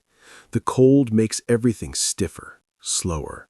You lag a fraction of a second behind the command, then correct, then lag again. Sweat forms under your layers and chills you as soon as you stop moving. You grit your teeth and keep going. Around you, men struggle just as much, some worse, some better, but everyone is trying. That's the difference. No one drops out immediately. No one sits down the moment it hurts. Pain has been a constant for so long that this is just another flavor of it. You notice something else, too. The drills quiet your mind. There's no room for hallucinations when you're counting steps, aligning shoulders, listening for commands. The whispers don't come. The drifting images stay at bay. Hunger is still there, always there, but it's pushed to the background by concentration. You didn't realize how badly you needed that. After the drill, you're shaking with exhaustion. Your breath comes fast, shallow. Your chest aches. You bend slightly at the waist, hands on your knees, staring at the snow until your vision clears. When you straighten, the world feels sharper, more defined. You're still weak, but you're here. Supplies continue to trickle in over the following days, not in quantities that inspire joy, just enough to keep things from sliding backward. A little more flour, a little more meat, cloth for bandages, tools that aren't completely broken, boots that almost fit. You don't get new boots. You watch someone else receive a pair and feel a flash of envy so sharp it surprises you. It passes quickly, replaced by resignation. You wrap your feet tighter, adjust your gait, learn how to distribute the pain more evenly. Survival has taught you 100 small tricks like this. The camp adjusts again. Men are reorganized into units that make sense. The sick are grouped where they can be watched more closely. Those too weak to train are given smaller tasks, repairing gear, tending fires, hauling lighter loads. It's not mercy, it's efficiency. But efficiency keeps people alive. You notice fewer sudden collapses. Not none, just fewer. That matters. You still help bury the dead. That never stops. But the pace slows. The graves are not dug every morning now. Some days pass without new mounds added to the edge of camp. Those days feel fragile, like they could break if you acknowledge them too openly. You don't celebrate. You've learned better. Your body begins to change in subtle ways. Not stronger, not truly, but steadier. Your hands shake less often. Your thoughts don't scatter as easily. You can complete a task without losing track of what you're doing halfway through. You still feel hollow, but the hollow isn't widening as fast. You catch yourself thinking in terms of weeks instead of hours. That alone feels dangerous. One afternoon, snow begins to melt, just a little. It's barely noticeable at first, a softening at the edges of footprints, a slight darkening where ice gives way to slush. The temperature is still brutally cold, but the sun lingers a fraction longer in the sky. You feel it on your face, weak and pale, and the sensation nearly hurts.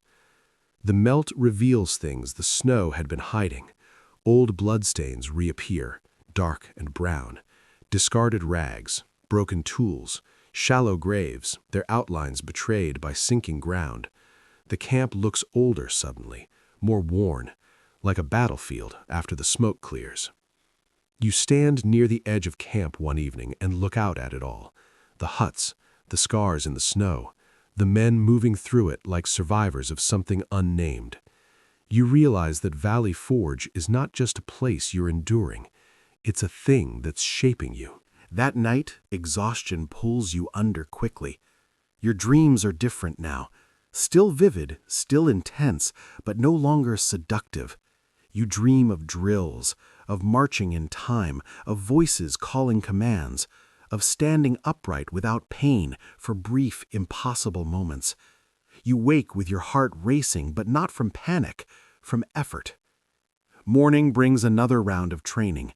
Your body protests less loudly today. The pain is still there, but it's familiar, predictable. You know where it will spike, where it will ease. You work around it instinctively. You adjust your stance without thinking. When you falter, you recover faster. You're not the only one. You see it in the line, men holding themselves straighter, movements growing sharper, coordination improving in small, incremental ways. It doesn't look impressive. It wouldn't impress anyone watching from afar, but you know what it cost. You see Washington again during a drill. He stands off to the side, watching silently. His presence is constant now, not dramatic. He doesn't ride past for effect. He doesn't give speeches to stir blood that barely exists. He watches. He listens. He absorbs. At one point, a man near the front of the line stumbles badly and nearly falls. The drill halts instinctively. For a split second, you expect anger, reprimand, punishment. None comes. Washington steps forward, gestures subtly. The man is steadied, repositioned. The drill resumes. It's a small thing. It means everything. You feel it ripple through the line, a shared understanding that this is not about perfection. It's about coherence, about holding together long enough for something else to arrive. Food, spring, relief. or death. You train again the next day, and the next. The repetition grinds into you, wearing away at the chaos that hunger carved into your mind. You don't enjoy it, you don't feel pride, but you feel anchored. Each drill is a reminder that you still have a place, a role, a function beyond suffering. You still hallucinate sometimes, but they're weaker now. Flickers instead of visions, a shape in smoke that dissolves quickly, a sound that doesn't fully form into a voice. You recognize them for what they are and let them pass. That ability, recognition, feels like a fragile victory. One evening, as you sit near a fire, you realize something else. You're laughing. Not loudly, not freely. Just a brief sound, dry and surprised, at something someone says under their breath. The sound feels strange in your throat, like a muscle you haven't used in years. You stop immediately, glancing around, half expecting something terrible to follow. Nothing does. The man beside you gives a faint, tired smile. It doesn't mean things are good. It means they're survivable. As days turn into weeks, the camp settles into a harsh rhythm. Train, work, eat, sleep. Bury the dead when necessary. The numbers fluctuate. Some days are worse than others. Sickness still stalks the huts. Hunger never truly leaves. But the spiral has slowed. The sense of constant collapse has been replaced by a grinding endurance. You feel older, not just tired, older. Your thoughts are heavier, slower, more deliberate. You don't waste them on things that don't matter. You don't fantasize about home as often. When you do, it's muted, distant, like a place you're not sure you still belong to. One morning you wake and realize you didn't dream at all. Just darkness, just rest. The realization fills you with quiet relief. Outside, the air smells different again. Wet earth beneath snow, rot mixed with something faintly green. The ground is softening. The camp is turning to mud in places. It makes everything harder to move through, but it also means the cold is loosening its grip. You don't trust it. Winter has lied before. Still, you notice men talking about it in cautious tones, about spring, about marching again, about leaving this place behind. The idea feels unreal, almost dangerous to entertain. You've learned what happens when you imagine too much. One afternoon, as you complete a drill, your foot doesn't scream as loudly as it used to. The pain is still there, but muted. You test it carefully, shifting your weight, waiting for the spike that never quite arrives. You don't smile. You don't tell anyone. You just note it and move on. This is how improvement happens here. Quietly. Without celebration. That night, lying in the hut, you listen to the breathing around you. There are more breaths now than there were weeks ago. The space between bodies has filled back in slightly. The air is still heavy, still foul, but it doesn't feel as empty. You stare at the ceiling and let your thoughts wander carefully. You think about how close you came to breaking, about the hunger that hollowed you out, the visions that almost pulled you away, the deaths you've absorbed without ceremony. You think about how this place has stripped you down to something lean and raw, and you think about what's being built in its place. Not strength, not courage, endurance. That's what Valley Forge is teaching you. Not how to fight, how to last. As sleep pulls you under, you realize something with quiet certainty. You are no longer just surviving the winter. You are being prepared by it for what comes next, whether you're ready or not. You wake before the whistle this time, not because of pain, not because of hunger, because something inside you is already moving, already anticipating what comes next. The thought unsettles you. For months, mornings have meant endurance, another day to be survived, another stretch of cold to be tolerated. Now, you wake with the sense that the day is not just something that will happen to you, it will carry you somewhere. Outside, the camp is awake in a way you've never seen before. Men are packing, slowly, carefully. Bundles are tied, gear is sorted, adjusted, redistributed. Huts stand open, their dark interiors exposed to the pale morning light.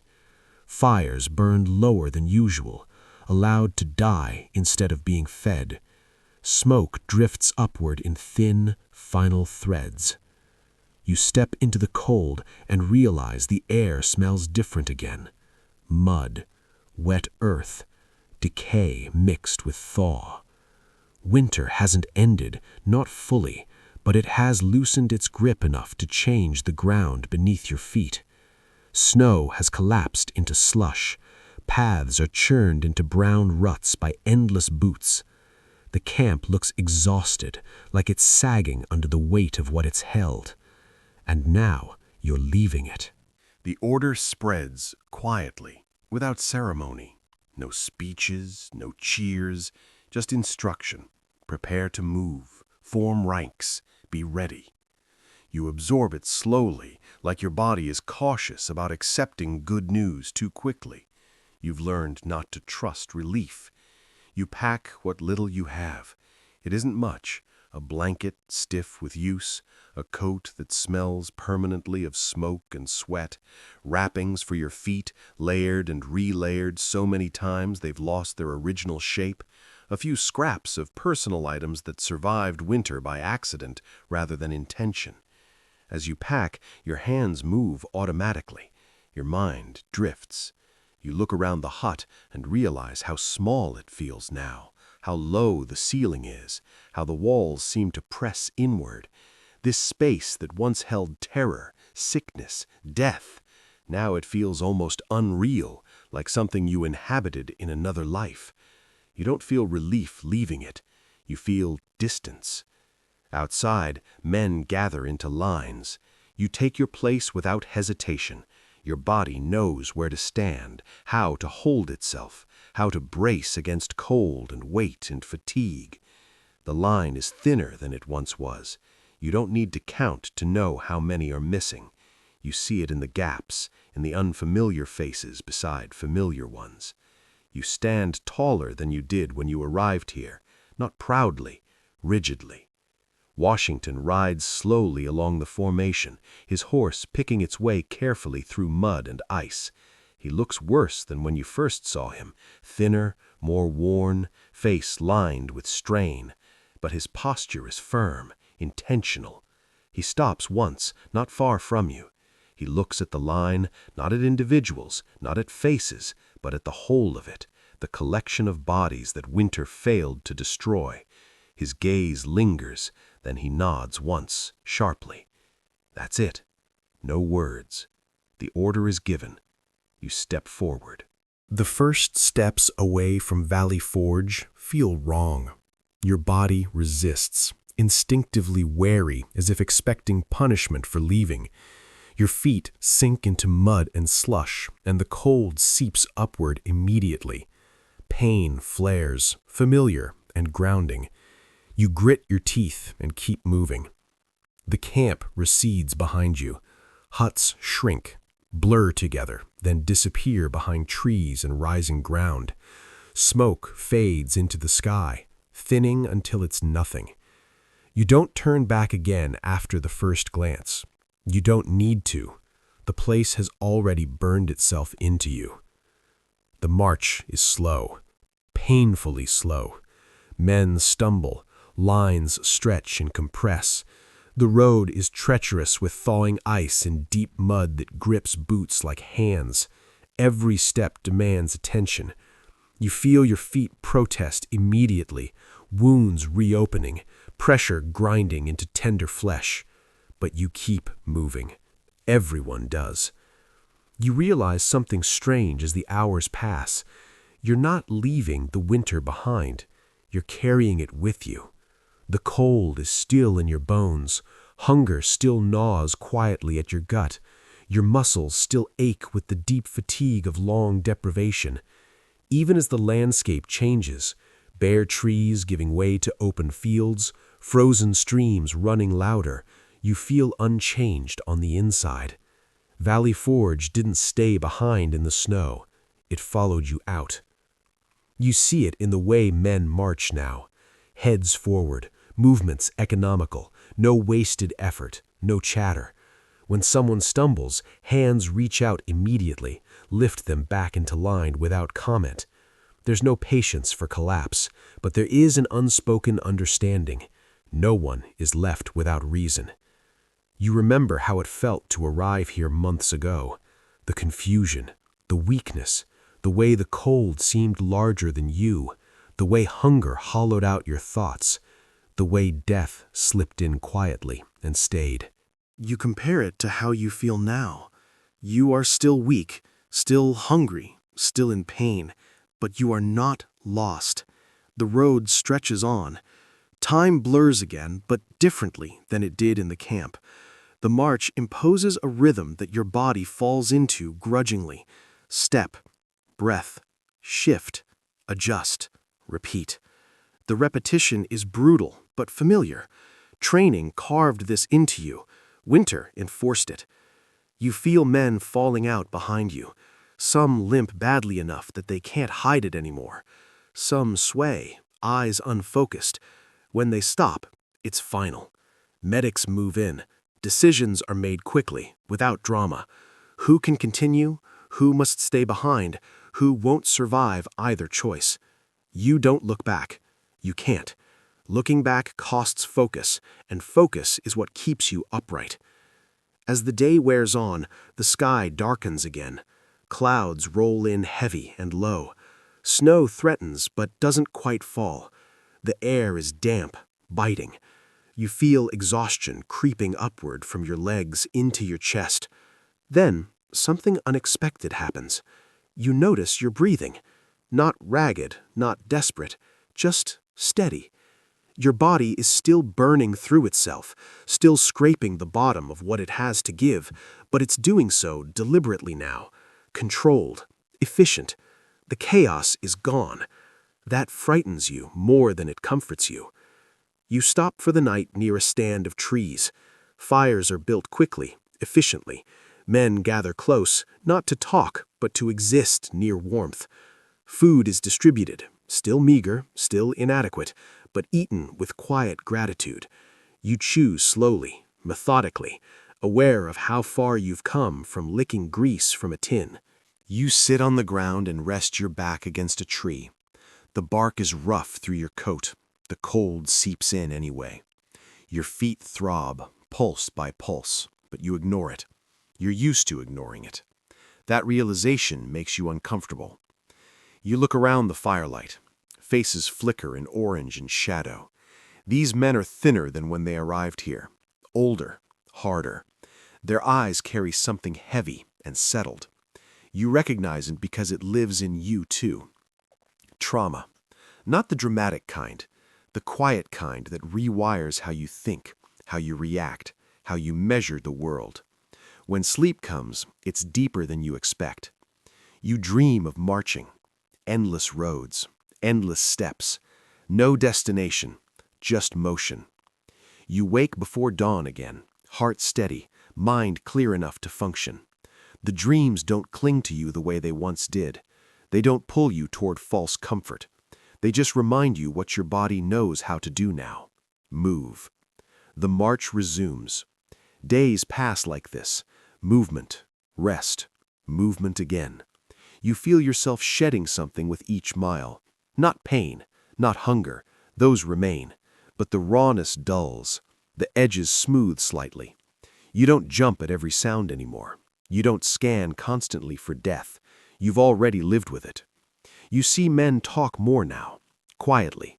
Dry humor, muted observations, complaints spoken without bitterness. It's not joy, it's not hope, it's adjustment. The world has changed, and so have you. One afternoon, you pass through a town. Real buildings, solid walls, windows. People watch from doorways and corners, eyes wide, expressions unreadable. Some look ashamed, Some look curious, some look afraid. You don't know what you look like to them, but you can imagine it. Thin men, wrapped in rags, moving with unnatural discipline. You feel exposed, like a ghost walking through the living world. Someone hands out bread, not much, but real, warm. The smell hits you like a blow.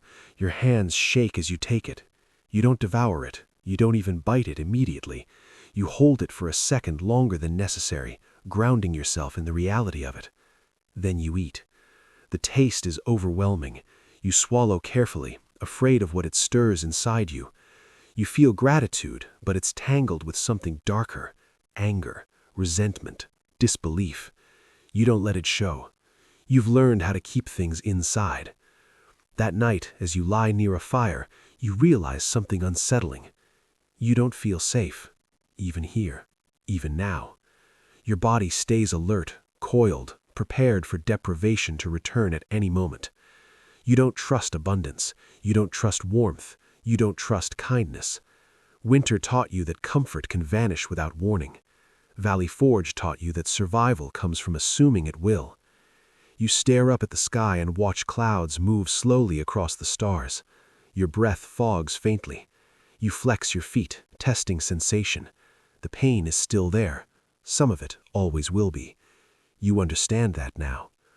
When the march resumes the next morning, you step forward without hesitation. You don't look for encouragement. You don't wait for reassurance. You move because moving is what you do now.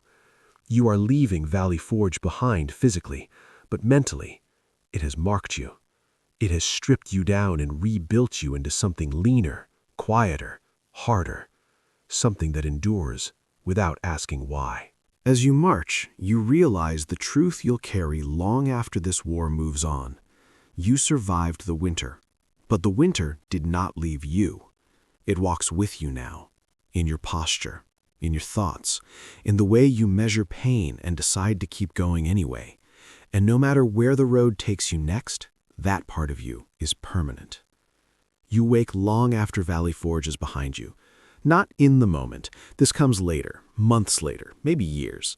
You wake in a place that should feel safe, with walls that don't leak wind and a roof that doesn't sag under snow. There is warmth here. There is food nearby. There is no reason for your heart to be racing. But it is. For a moment you are back in the hut. You smell smoke and sickness. You hear coughing too close to your ear. You feel the ground hard beneath your spine and the cold clawing its way through your clothes. Your body is already tense, already braced, already preparing to endure something terrible. Then the present forces its way in. The room is quiet. Too quiet. Your breath slows reluctantly. You sit up and wait for the danger that never comes. The silence doesn't comfort you. It unsettles you. Silence used to mean death. You have survived. That fact doesn't feel the way you thought it would. When the war moves on, when battles replace winter as the thing that might kill you, you tell yourself Valley Forge is over. You tell yourself it was a place, a season, a chapter that closed when you marched away. You tell yourself that because it's the only way to keep functioning. But your body doesn't listen. Cold still finds you.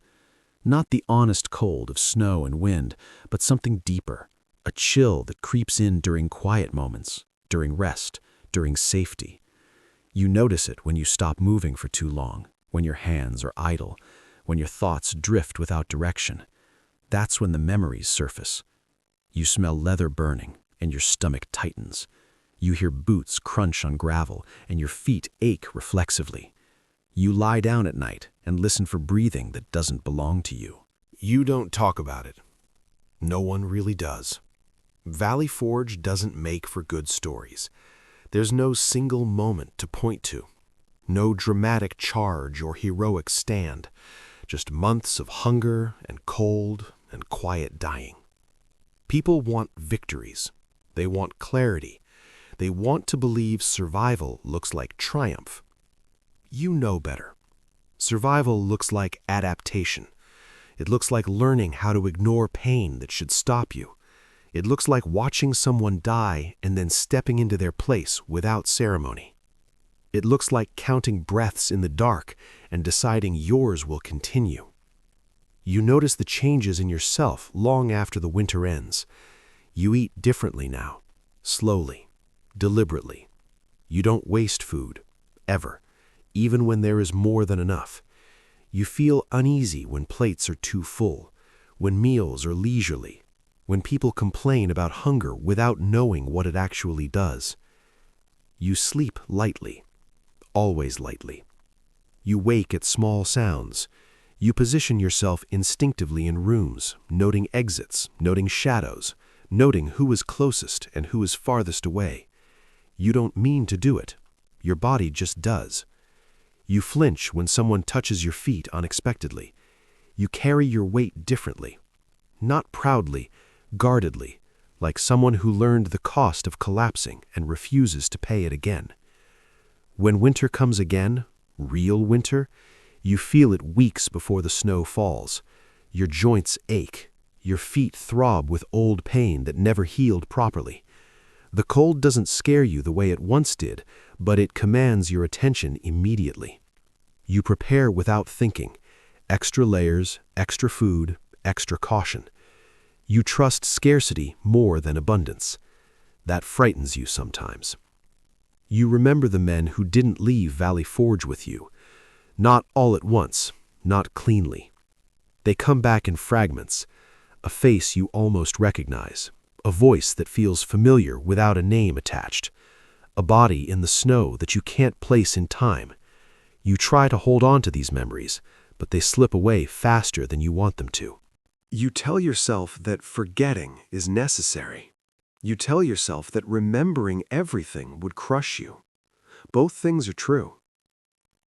When people speak of Valley Forge later, when it becomes a story, a lesson, a symbol, you listen quietly. You hear words like sacrifice, perseverance, birth of an army. You don't interrupt. You don't correct them. They aren't wrong. They just aren't complete. They don't talk about how hunger made you suspicious of kindness. They don't talk about how cold trained you to detach from suffering. They don't talk about how death became administrative. You know those things live between the lines of history, unseen and unnamed, and you carry them. Sometimes you wake convinced you are still there. The dream is vivid, the hut, the smell, the sound of breathing around you. Your heart pounds as you wait for daylight that doesn't come. You sit up disoriented, reaching for boots that aren't there. It takes longer than you'd like to remember where you are. You never tell anyone how real those dreams feel. You never tell anyone how part of you misses the simplicity of it. That thought horrifies you when you catch it, but you understand it too. Valley Forge stripped life down to essentials: heat, food, movement, survival. There was no room for doubt, no room for endless choice. Suffering was constant, but it was clear. The enemy was visible.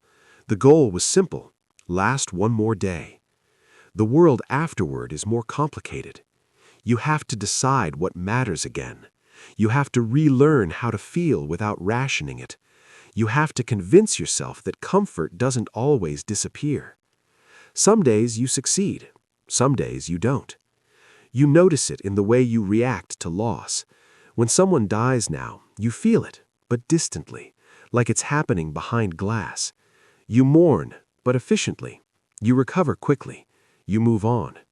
People tell you that you're strong. You don't correct them. You know the truth is heavier than that. Strength implies choice. Valley Forge was necessity. You don't regret surviving. You regret what survival demanded. As years pass, the winter fades into history for everyone else. Dates, names, facts. For you, it remains physical. It lives in scars that ache in the cold, in habits that don't make sense anymore, in moments when your mind goes quiet and your body takes over, preparing for a deprivation that never comes. You sometimes wonder who you would have been without it. You don't dwell on that question for long. That version of you doesn't exist. This one does. One night, Long after the war has moved on, you wake from a dream where you are marching again. Snow underfoot, blood marking the path behind you, the lines stretching forward without end. You wake breathing hard, heart racing, hands clenched. You sit there in the dark and let it pass. You don't fight it. You've learned that fighting memory only sharpens it. Instead, you ground yourself. You feel the floor beneath your feet. You listen to the quiet. You remind yourself where you are.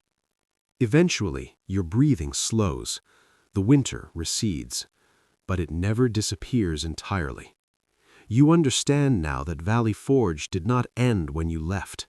It ended when it finished changing you. It taught you how fragile the body is, How adaptable the mind can be. How survival often looks nothing like heroism. And how enduring something terrible leaves marks that no victory can erase. You live with those marks. You function with them. You carry them forward quietly, without ceremony, without expectation that anyone else should understand. That is the final truth of Valley Forge. Not that you survived it, but that you were never meant to leave it untouched. And every step you take afterward, every breath you draw in warmth instead of frost, is shaped by the knowledge that once, in the snow, you learned exactly how much a human being can lose and still keep moving. You lie back down, you close your eyes, and this time when sleep comes, it is deep enough to hold you. Not because the past is gone, but because you have learned how to live with it.